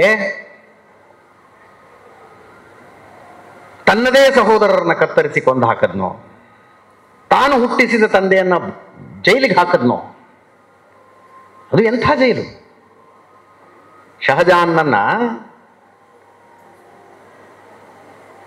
ತಾಜ್ ಮಹಲ್ ಎದುರಿಗೆ ನೀನು ಕಿಟಕಿಯಲ್ಲಿ ನೀನು ಕಟ್ಸಿರೋ ತಾಜ್ ಮಹಲ್ ನೋಡ್ಕೊಂಡು ನೀನು ಜೈಲಲ್ಲಿರುವಂತ ಜೈಲಲ್ಲಿಟ್ಟ. ಆತನಿಗೆ ದಿನಕ್ಕೆ 3 ರೊಟ್ಟಿ, ಒಂದು ಮಡಿಕೆಯಲ್ಲಿ ಇಷ್ಟೇ ನೀರು ಕೊಡಬೇಕು ಅನ್ನೋದು ನಿರ್ಧಾರ, ಕಟ್ಟುನಿಟ್ಟಿನ ಆಜ್ಞೆಯಾಗಿತ್ತು ಔರಂಗಜೇಬನ್. ಇಷ್ಟೇ ನೀರು ಕೊಡ್ಬೇಕು ನಮ್ಮ ಅಪ್ಪನಿಗೆ ಅಂತ.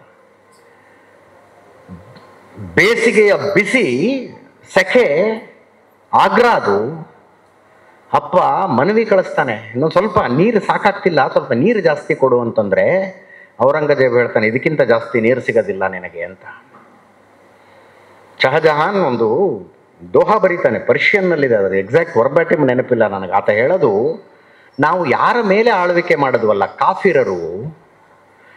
ಕಾಫಿರರು ಎಂಥವ್ರು ಅಂದ್ರೆ ವರ್ಷಕ್ಕೊಂದು ಸಲ ತೀರಿ ಹೋದಂಥ ಪಿತೃಗಳಿಗೆ ನೀರು ಕೊಡ್ತಾರವರು, ಮೃತಪಟ್ಟವರಿಗೆ ನೀರು ಕೊಡ್ತಾರವರು. ಬದುಕಿರುವ ಅಪ್ಪನಿಗೆ ಮಗ ನೀರು ಕೊಡ್ತಾ ಇಲ್ಲ ಇಲ್ಲಿ ಅಂತ ಬರೆದಿಡ್ತಾನ ಆತ. ಆ ಶಹಜಹಾನನಿಗೆ ಹಲವು ದೇವರಿಗೆ ಹರಕೆ ಹೊತ್ತ ನಂತರ ಹುಟ್ಟಿದಂಥ ಒಬ್ಬ ಮಗ ಇದ್ದ, ದಾರಾಶಿಕೋ ಅಂತ. ದಾರಾಶಿಕೋನಿಗೆ ವೇದಗಳು, ಉಪನಿಷತ್ತುಗಳು, ಮಹಾಭಾರತ, ಭಗವದ್ಗೀತೆ ಅತ್ಯಂತ ಕುತೂಹಲ, ಅತ್ಯಂತ ಆಸಕ್ತಿ. ಕಾಶಿಯಿಂದ ಪಂಡಿತರನ್ನ ಕರೆಸ್ಕೊಂಡು ಆತ ಸಂಸ್ಕೃತ ಕಲಿತಾನೆ, ಪರ್ಷಿಯನ್ ಭಾಷೆಗೆ ಉಪನಿಷತ್ತುಗಳನ್ನ ಟ್ರಾನ್ಸ್ಲೇಟ್ ಮಾಡ್ತಾನೆ. ಅಂಥ ದಾರಾಶಿಕೋ ರಾಜ ಆಗಬೇಕು ಅಂತ ಶಹಜಹಾನ್ ಬಯಸ್ತಾ ಇದ್ರೆ, ಜೈಲಿನಲ್ಲಿ ಕೂತ್ಕೊಂಡು ಆತ ಪ್ರಾರ್ಥನೆ ಮಾಡ್ಕೊತಾ ಇದ್ರೆ, ಹೊರಗಡೆ ಯುದ್ಧ ನಡೀತಾ ಇತ್ತು ಅಣ್ಣ ತಮ್ಮಂದರಿಗೆ. ಆತ ಪ್ರಾರ್ಥನೆ ಮಾಡಿಕೊಳ್ತಾ ಇದ್ದ, ಹೆಂಗಾದ್ರೂ ಮಾಡಿ ಈ ಔರಂಗಜೇಬನನ್ನ ದಾರಾಶಿಕೋ ಸಾಯಿಸ್ಬಿಡ್ಲಿ, ದಾರಾಶಿಕೋಗೆ ಸಿಂಹಾಸನ ದೊರೆಯಲಿ. ಒಂದು ದೊಡ್ಡ ಪಾತ್ರೆಯಲ್ಲಿ ತಲೆ ಬರುತ್ತಾ ಆತನಿಗೊಂದು, ಅದರ ಮೇಲೆ ಬಟ್ಟೆ ಸುತ್ತಿರ್ತಾರೆ. ಅಯ್ಯೋ, ನನ್ನ ದೇವರು ನನ್ನ ಪ್ರಾರ್ಥನೆಯನ್ನು ಕೇಳಿಸಿಕೊಂಡು ಹೋಗೊಟ್ಟ ನನ್ನ ದೇವರು, ನನ್ನ ಪ್ರಾರ್ಥನೆ ಫಲಿಸ್ತು, ಇಲ್ಲಿ ಔರಂಗಜೇಬನ ತಲೆ ಬಂದಿದೆ ಅಂಥೇಳಿ ಓಡಿ ಹೋಗಿ ಆತ ಬಟ್ಟೆಯನ್ನು ತೆಗೆದ್ರೆ ದಾರಾಶಿಕೋನ್ ತಲೆ ಇರುತ್ತದರಲ್ಲಿ.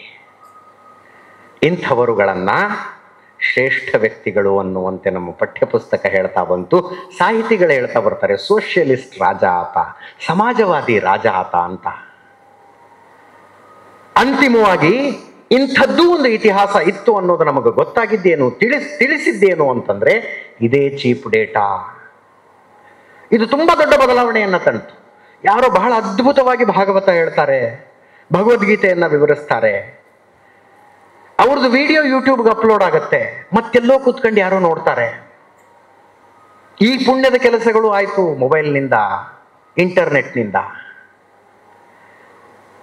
ಅಮೆರಿಕದಲ್ಲಿರುವ ಮಕ್ಕಳು ಹಿಂದೂಸ್ತಾನಿ ಸಂಗೀತವನ್ನು ಕಲಿತಾ ಇದ್ದಾರೆ. ಯಾರು ಕಲಿಸ್ತಾ ಇದ್ದಾರೆ ಅಂದ್ರೆ ಇಲ್ಲೆಲ್ಲೋ ಮಂಗಳೂರಿನಲ್ಲಿ ಕುಳಿತಂತ ಒಬ್ಬ ಗುರು ಕಲಿಸ್ತಾ ಇರ್ತಾರೆ ಅವರಿಗೆ. ಮಧ್ಯರಾತ್ರಿ ಅದು ಕೂತ್ಕೊಂಡು ಅವ್ರಿಗೆ ಹಗಲು.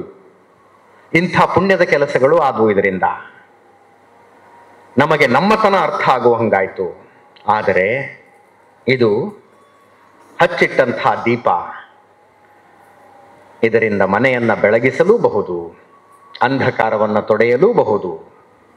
ಸ್ವಲ್ಪ ಹೆಚ್ಚು ಕಡಿಮೆ ಆದರೆ ಮನೆಗೆ ಬೆಂಕಿ ಹಚ್ಚಿ ಸುಟ್ಟು ಬೂದಿಯನ್ನು ಮಾಡಬಹುದು. ಎರಡೂ ವಿದ್ಯಮಾನಗಳು ನಮ್ಮೆದುರಿಗಿದ್ದಾವೆ.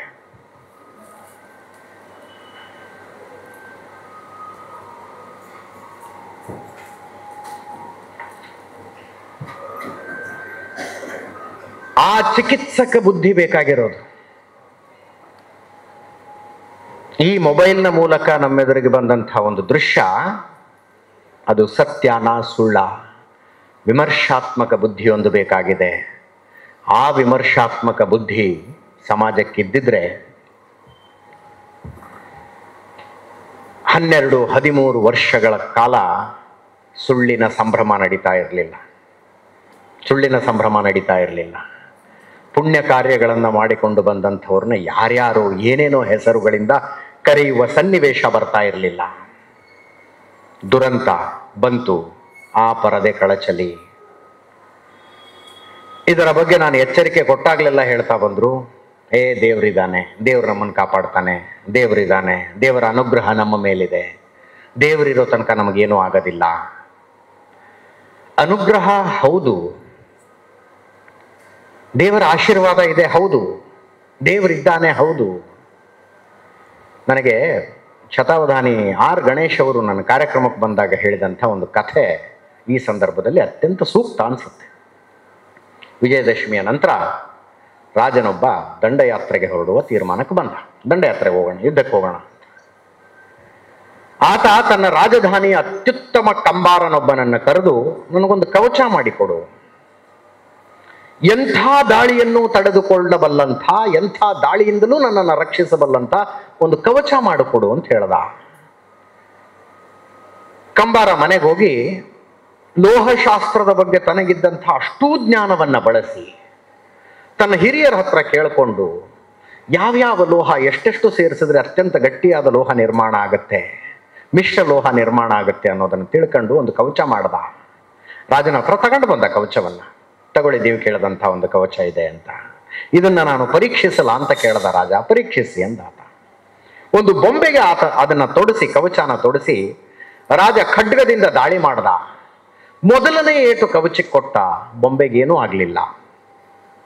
ಎರಡನೇ ಏಟನ್ನ ಕವಚಕ್ಕೆ ಕೊಟ್ಟ, ಬೊಂಬೆ ಒಂದು ಸ್ವಲ್ಪ ಅಲ್ಲಾಡ್ದಂಗಾಯ್ತು.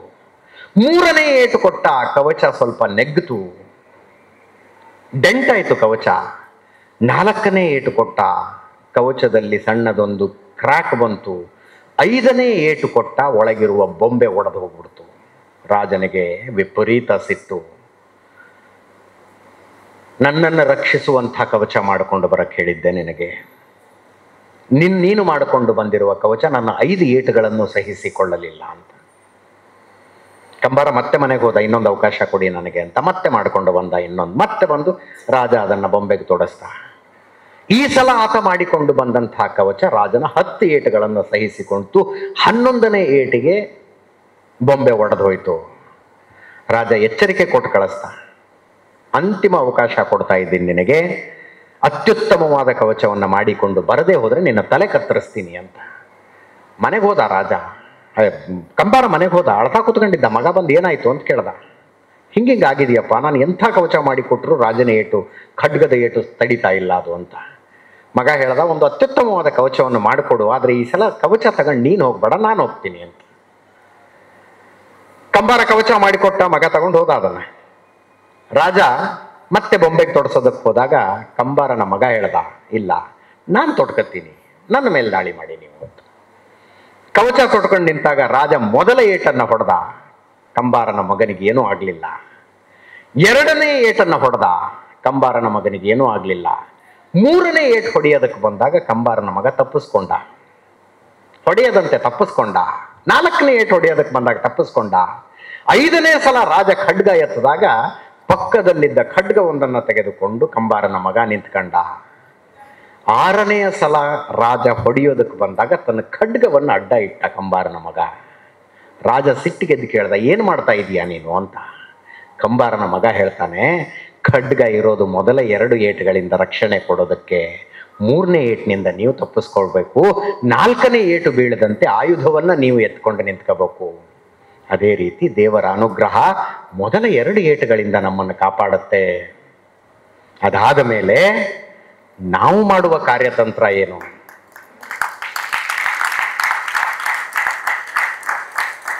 ಯಾಕೆ ಪ್ರೊಪಗಂಡಗಳು ವಿಜೃಂಭಿಸ್ತವೆ, ಷಡ್ಯಂತ್ರಗಳು ವಿಜೃಂಭಿಸ್ತವೆ, ದುಷ್ಪ್ರಚಾರಗಳ ವಿಜೃಂಭಿಸ್ತವೆ ಅಂದ್ರೆ ನಾವು ಆ ರಾಜನ ಮನಸ್ಥಿತಿಯವರು.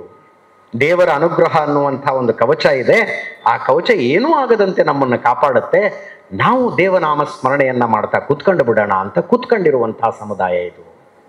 ಇಲ್ಲ, ದೇವರ ಅನುಗ್ರಹ ಯಾವ ರಕ್ಷಣೆಯನ್ನು, ಎಷ್ಟು ರಕ್ಷಣೆಯನ್ನು ಕೊಡಬೇಕು ಅದನ್ನು ಕೊಡುತ್ತೆ. ಅಂತಿಮವಾಗಿ ತಪ್ಪಿಸಿಕೊಳ್ಳೋದಕ್ಕೆ, ಕೈಗೆ ಖಡ್ಗ ಎತ್ಕೊಳ್ಳೋದಕ್ಕೆ ನಮಗೆ ಬರಬೇಕು. ಇದನ್ನೇ ಅಲ್ವಾ ಭಗವದ್ಗೀತೆ ಹೇಳೋದು. ಇದನ್ನೇ ಅಲ್ವಾ ಭಗವದ್ಗೀತೆ ಹೇಳೋದು. ಬಹಳ ದೊಡ್ಡ ವಿಪರ್ಯಾಸ ಏನು ಅಂತಂದ್ರೆ, ಗೀತಾ ಪಾರಾಯಣ, ಭಗವದ್ಗೀತೆ ಇದು ವೃದ್ಧಾಪ್ಯದ ವೃಥಾ ಕಾಲಹರಣ ಆಗ್ಬಿಡ್ತು. ನಮ್ಮಲ್ಲಿ ವೃದ್ಧಾಪ್ಯದ ಕಾಲಕ್ಷೇಪ ಆಗ್ಬಿಡ್ತು. ಇವತ್ತಿನ ಮ್ಯಾನೇಜ್ಮೆಂಟ್ ಸ್ಕೂಲ್ನಲ್ಲಿ ಓದಿಸಬಹುದಾದ ಅತ್ಯುತ್ತಮ ಭಾರತೀಯ ಗ್ರಂಥ ಅಂತ ಯಾವುದಾದ್ರೂ ಇದ್ರೆ ಅದು ಭಗವದ್ಗೀತೆ ಅಂತ ನಾನು ಎದೆ ಚಪ್ಪರಿಸ್ಕೊಂಡು ಹೇಳ್ತೀನಿ. ಬಹಳ ಜನ ಕೇಳ್ತಾರೆ, ನಿಮ್ಗಿಷ್ಟು ಧೈರ್ಯ ಎಲ್ಲಿಂದ ಬರುತ್ತೆ? ಹೆಂಗೆ ನೀವು ಇಷ್ಟು ಧೈರ್ಯವಾಗಿ ಮಾತಾಡ್ತೀರಿ? ನಿಮ್ಮ ವಿರುದ್ಧ ಏನೇನೋ ಪ್ರಚಾರಗಳು ನಡೀತವೆ, ಯಾರ್ಯಾರು ಏನೇನೋ ಅಂತಾರೆ, ನೀವು ಅದನ್ನೆಲ್ಲ ಹೆಂಗೆ ತಾಳಿಕೊಳ್ತೀರಿ? ಇದನ್ನೆಲ್ಲ ಹೆಂಗೆ ಎದುರಿಸ್ತೀರಿ? ಆ ಎಲ್ಲಾ ಪ್ರಶ್ನೆಗಳಿಗೆ ಉತ್ತರವಾಗಿ ನನ್ನ ಹತ್ರ ಇರೋದು ಭಗವದ್ಗೀತೆ ಒಂದೇ. ಒಂದು ಸಲ ಅದನ್ನ ಈ ಮೋತಿ ಪಡಿ ಪಡಿ ಪಂಡಿತ್ ಹುವಾನ ಭಾಯ್ ಅಂತ ಒಂದು ಮಾತಿದೆಯಲ್ಲ, ದೋಹಾ ಇದೆಯಲ್ಲ, ಅಂದ್ರೆ ಗಿಳಿಯ ರೀತಿಯಲ್ಲಿ ಪಠಣ ಮಾಡದೆ ಅರ್ಥ ಮಾಡಿಕೊಂಡು ಮನಸ್ಸಿಗೆ ಇಳಿಸಿಕೊಂಡರೆ ಆ ಧೈರ್ಯ ಎಲ್ಲರಲ್ಲೂ ಬರುತ್ತೆ. ನನ್ನ ಕರ್ತವ್ಯ ಏನು, ನನ್ನ ಕರ್ತವ್ಯ ಏನು, ಆ ಕರ್ತವ್ಯವನ್ನು ನಾನು ಮಾಡ್ತಾ ಹೋಗ್ತೀನಿ. ಫಲಗಳ ಅಪೇಕ್ಷೆ ನನಗಿಲ್ಲ. ಅಷ್ಟೇ ಅಲ್ವಾ ಅಂತಿಮವಾಗಿರೋದು. ನಾನು ಯಾವ ಜಾತಿಯಲ್ಲಿ ಹುಟ್ಟದ್ನೋ, ಯಾವ ಧರ್ಮದಲ್ಲಿ ಹುಟ್ಟದ್ನೋ, ಯಾವ ಸಂಪ್ರದಾಯದಲ್ಲಿ ಹುಟ್ಟದ್ನೋ ಅದು ಒಂದು ಕಡೆ. ಹೌದು, ಆ ಜಾತಿ, ಆ ಧರ್ಮ, ಆ ಸಂಪ್ರದಾಯ, ಆಚರಣೆಗಳೆಲ್ಲ ಇದಾವೆ. ಒಂದು ಸಲ ನಾನು ಪತ್ರಕರ್ತನಾಗಬೇಕು ಅಂತ ನಿರ್ಧರಿಸಿ ಪತ್ರಕರ್ತನಾದ ಮೇಲೆ ನನ್ನ ದೈವ ಯಾವುದು ಅಂದ್ರೆ ಸತ್ಯ. ನಾನು ಸತ್ಯದ ಆರಾಧಕ, ಸತ್ಯದ ಮಾರ್ಗದಲ್ಲಿ ನಡೆಯುವಂಥವನು. ಆ ಸತ್ಯದ ಮಾರ್ಗದಲ್ಲಿ ನಡೆಯುವಾಗ ಅಕ್ಕಪಕ್ಕದಲ್ಲಿ ಆ ಮಾರ್ಗದಿಂದ ನನ್ನನ್ನು ವಿಮುಖನನ್ನಾಗಿಸುವ ಪ್ರಯತ್ನಗಳು ಅನೇಕ ನಡೀತಾ ಇರ್ತವೆ. ಆಮಿಷಗಳಿರ್ತವೆ, ಬೆದರಿಕೆಗಳಿರ್ತವೆ, ದಾಳಿಗಳಿರ್ತವೆ. ಅವು ಸತ್ಯ ಮಾರ್ಗದಲ್ಲಿ ನಡೀತಾ ಇರುವ ನನ್ನನ್ನು ವಿಮುಖನನ್ನಾಗಿಸುವ ಪ್ರಯತ್ನಗಳು. ಆ ಯಾವ ಪ್ರಯತ್ನವೂ ಫಲ ಕೊಡದಂತೆ, ಆ ಯಾವ ಪ್ರಯತ್ನವೂ ಸಕ್ಸಸ್ ಆಗದಂತೆ ನನ್ನ ಮಾರ್ಗದಲ್ಲಿ ನಾನು ನಡೀತಾ ಹೋಗೋದಕ್ಕೆ ಭಗವದ್ಗೀತೆಗಿಂತ ಪ್ರೇರಣೆ ಬೇಕಾ? ಕೃಷ್ಣ ಬೋಧಿಸಿದ್ದಕ್ಕಿಂತ ದೊಡ್ಡ ಬೋಧನೆ ಬೇಕಾ ನಮಗೆ? ಆ ಮಾರ್ಗದಲ್ಲಿ, ಸತ್ಯ ಮಾರ್ಗದಲ್ಲಿ ನಡೆಯುವುದಕ್ಕೆ ನಮಗೆ ಶಕ್ತಿ ಕೊಡುವಂತ ನಾನು ಕೃಷ್ಣನಲ್ಲಿ ಕೇಳ್ತೀನಿ, ಎಲ್ಲಾ ದೇವರಲ್ಲೂ ಕೇಳ್ತೀನಿ. ಆ ಭಗವದ್ಗೀತೆ ನಾನು ಮತ್ತೊಮ್ಮೆ ಹೇಳ್ತೀನಿ, ಇವತ್ತಿನ ಮ್ಯಾನೇಜ್ಮೆಂಟ್ ಸ್ಕೂಲ್ನಲ್ಲಿ ಓದಿಸುವುದಕ್ಕೆ ಅರ್ಹವಾದಂತಹ ಯಾವುದಾದರೂ ಪುರಾತನ ಭಾರತೀಯ ಗ್ರಂಥ ಅಂತಿದ್ರೆ ಅದು ಭಗವದ್ಗೀತೆ. ಇವತ್ತು ಇಂಟರ್ನ್ಯಾಷನಲ್ ಕ್ಲೇಮ್ಡ್ ಈ ಸಾಫ್ಟ್ ಸ್ಕಿಲ್ ಟ್ರೈನರ್ಗಳಿದಾರಲ್ಲ, ಸಾಫ್ಟ್ ಸ್ಕಿಲ್ ಟ್ರೈನರ್ಗಳು ಅಂತ ಕರೀತಾರೆ, ಅವರ ಪುಸ್ತಕಗಳು ಮಿಲಿಯನ್ ಗಟ್ಟಲೆ ಖರ್ಚಾಗಿದ್ದಾವೆ. ಬೆಸ್ಟ್ ಸೆಲ್ಲರ್ಗಳಿದ್ದಾವೆ ಅವರ ಲಿಸ್ಟ್ನಲ್ಲಿ. ಯಾವತ್ತಾದ್ರೂ ಏರ್ಪೋರ್ಟ್ ಹೋದ್ರೆ ಅದರದೊಂದು ಬುಕ್ ಸ್ಟೋರ್ಗೆ ಹೋದ್ರೆ ಅದರದೊಂದು ಸಪರೇಟ್ ಸೆಕ್ಷನ್ ಇರುತ್ತೆ, ಈ ಬುಕ್ ಅಷ್ಟು ಮಾರಾಟ ಆಗಿದೆ, ಆ ಬುಕ್ ಇಷ್ಟು ಮಾರಾಟ ಆಗಿದೆ. ನಿಮಗೆ ಯಾವ ಪುಸ್ತಕ ಮನಸ್ಸಿಗೆ ಬರುತ್ತೋ ಆ ಪುಸ್ತಕವನ್ನು ತೆಗೆದು ಒಂದು ಸಲ ತಿರುವು ಹಾಕಿ ನೋಡಿ, ಭಗವದ್ಗೀತೆಯಲ್ಲಿ ಇಲ್ಲದೆ ಇರೋದು ಏನಿದೆ ಅದರಲ್ಲಿ ಅಂತ ತೋರಿಸಿ ನನಗೆ. ಭಗವದ್ಗೀತೆಯಲ್ಲಿ ಇಲ್ಲದೆ ಇರೋದು ಏನಿದೆ ಅಂತ ತೋರಿಸಿ ನನಗೆ. ಅಂಥ ಗೀತೆ ಕೊಟ್ಟ ಶಕ್ತಿಯ ಕಾರಣಕ್ಕಾಗಿ ಇವತ್ತು ನಾವು ಸತ್ಯ ಮಾರ್ಗದಲ್ಲಿ ಸಾಕ್ತಾ ಇದ್ದೀವಿ. ನಮ್ಮ ಮೇಲೆ ನಡೆಯುವಂತಹ ದಾಳಿಗಳು ಮಾತಿನ ರೂಪದಲ್ಲೇ ಆಗಲಿ, ದೈಹಿಕ ರೂಪದಲ್ಲೇ ಆಗಲಿ, ಇದ್ಯಾವುದೂ ನಮ್ಮನ್ನು ವಿಮುಖರನ್ನಾಗಿಸುವುದಕ್ಕೆ ಸಾಧ್ಯ ಇಲ್ಲ. 12 ವರ್ಷಗಳ ಕಾಲ ಅದೇ ನಂಬಿಕೆಯೊಂದಿಗೆ ನಡೀತಾ ಇದ್ದೆ ನಾನು. ಒಂದಲ್ಲ ಒಂದು ದಿನ ಈ ಸಮಾಜಕ್ಕೆ ಧರ್ಮಸ್ಥಳದ ವಿಷಯದಲ್ಲಿ ಸತ್ಯ ದರ್ಶನ ಆಗತ್ತೆ, ಸತ್ಯ ದರ್ಶನ ಆಗತ್ತೆ ಅನ್ನುವ ನಂಬಿಕೆಯೊಂದಿಗೆ ನಡೀತಾ ಇದ್ದೆ. ಆ ಕಾಲ ಹತ್ರ ಬಂದಂಗೆ ಅನ್ನಿಸ್ತಾ ಇದೆ, ಆ ಕಾಲ ಹತ್ರ ಬಂದಂಗೆ ಅನ್ನಿಸ್ತಾ ಇದೆ. ಆದ್ದರಿಂದ ಇವತ್ತಿನ ಈ ಅವಧಿಯ ಕೊನೆಯಲ್ಲಿ ನಾನು ಮತ್ತೊಮ್ಮೆ ಹೇಳೋದೊಂದೇ, ಯಾವ ಆಚರಣೆಗಳು, ಹಬ್ಬಗಳು, ಹರಿದಿನಗಳು, ದೇವಾನುದೇವತೆಗಳು ಇವೆಲ್ಲವನ್ನು ನಾವು ಮಾಡ್ತಾ ಇದ್ದೀವಲ್ಲ, ಇದರ ಹಿಂದೆ ನಮ್ಮ ಪೂರ್ವಿಕರ ತ್ಯಾಗ, ಬಲಿದಾನಗಳಿದ್ದಾವೆ. ಯಾರದ್ದೋ ದುಷ್ಪ್ರಚಾರಕ್ಕೆ, ಪ್ರೊಪಗಂಡಕ್ಕೆ ಈ ತಲೆಮಾರು ಹಿಂಗೆ ಬಲಿಯಾಗ್ಬಿಡುತ್ತೆ ಅಂತ ನಮ್ಮ ಪೂರ್ವಜರಿಗೆ ಗೊತ್ತಾಗಿದ್ರೆ ಅವರಷ್ಟು ಹೋರಾಟನೇ ಮಾಡ್ತಿರ್ಲಿಲ್ಲ. ಅವಾಗ ಅಷ್ಟು ಹೋರಾಟನೇ ಮಾಡ್ತಿರ್ಲಿಲ್ಲ. ತಲೆ ಒಂದು ಕತ್ತಿಸ್ಬೇಡ್ರಪ್ಪ, ಉಳಿದಿದ್ದೇನಾದ್ರು ಮಾಡ್ಕೊಳ್ಳಿ ಅಂತ ಪಂಚೆ ಎತ್ಕೊಂಡು ನಿಂತು ಬಿಡೋದಕ್ಕೆ ನಮ್ಮ ಪೂರ್ವಜರಿಗೆ ಬರ್ತಿತ್ತು. ಹಂಗೆ ಮಾಡಿಲ್ಲ ಅವರು. ಕಷ್ಟ, ಕಾರ್ಪಣ್ಯ ಹಿಂದಿನ ತಲೆಮಾರಿನವ್ರಿಗಿತ್ತು. ಸದ್ಯಕ್ಕೊಂದೆರಡು ಬ್ಯಾಗ್ ಅಕ್ಕಿ ಕೊಟ್ಟಿರಿ, ನಮ್ಮ ಮಕ್ಕಳ ಎಜುಕೇಷನ್ ನೋಡ್ಕೊಳ್ಳಿ, ನೀವು ಹೇಳಿದ್ದೆ ಅವ್ರನ್ನ ಆರಾಧನೆ ಮಾಡ್ಕೊಂಡಿರ್ತೀವಿ ಅಂತ ಅವ್ರು ಯಾರೂ ಹೇಳಿಲ್ಲ. ಆ ಕಾರಣಕ್ಕೆ ಇವತ್ತು ನಾವಾಗಿರೋದು. ಅಂಥವರಿಗೆ ಅಪಮಾನವಾಗುವ ರೀತಿಯಲ್ಲಿ ನಾವು ಬದುಕೋದು ಬೇಡ, ಅಪಮಾನವಾಗುವ ರೀತಿಯಲ್ಲಿ ನಮ್ಮ ಬದುಕಿರಬಾರ್ದು. ಅವರು ಏನೇನೋ ಎದುರಿಸಿದ್ದಾರೆ, ನಮಗೆ ಒಂದು ಪ್ರೊಪಗಂಡ ಎದುರಿಸೋದಕ್ಕಾಗಲಿಲ್ವಾ? ಯಾರೋ ಅತ್ಯಂತ ದುರುದ್ದೇಶಪೂರ್ವಕವಾಗಿ ನಡೆಸ್ತಾ ಇದ್ದಂಥ ಒಂದು ಕೆಟ್ಟ ಪ್ರಚಾರವನ್ನು ಎದುರಿಸೋದಕ್ಕಾಗಲಿಲ್ವಾ ಈ ತಲೆಮಾರಿಗೆ? ಇದನ್ನು ನೋಡಿದ್ರೆ ಸತ್ತು ಸ್ವರ್ಗದಲ್ಲಿರುವವರು ಬಹಳ ನೊಂದುಕೊಳ್ತಾರೆ. ಅಷ್ಟಾದರೂ ಪ್ರಜ್ಞೆ ನಮ್ಮಲ್ಲಿ ಇರಲಿ ಅಂತ ಹೇಳ್ತಾ ನನ್ನ 4 ಮಾತು ಮುಗಿಸ್ತೇನೆ.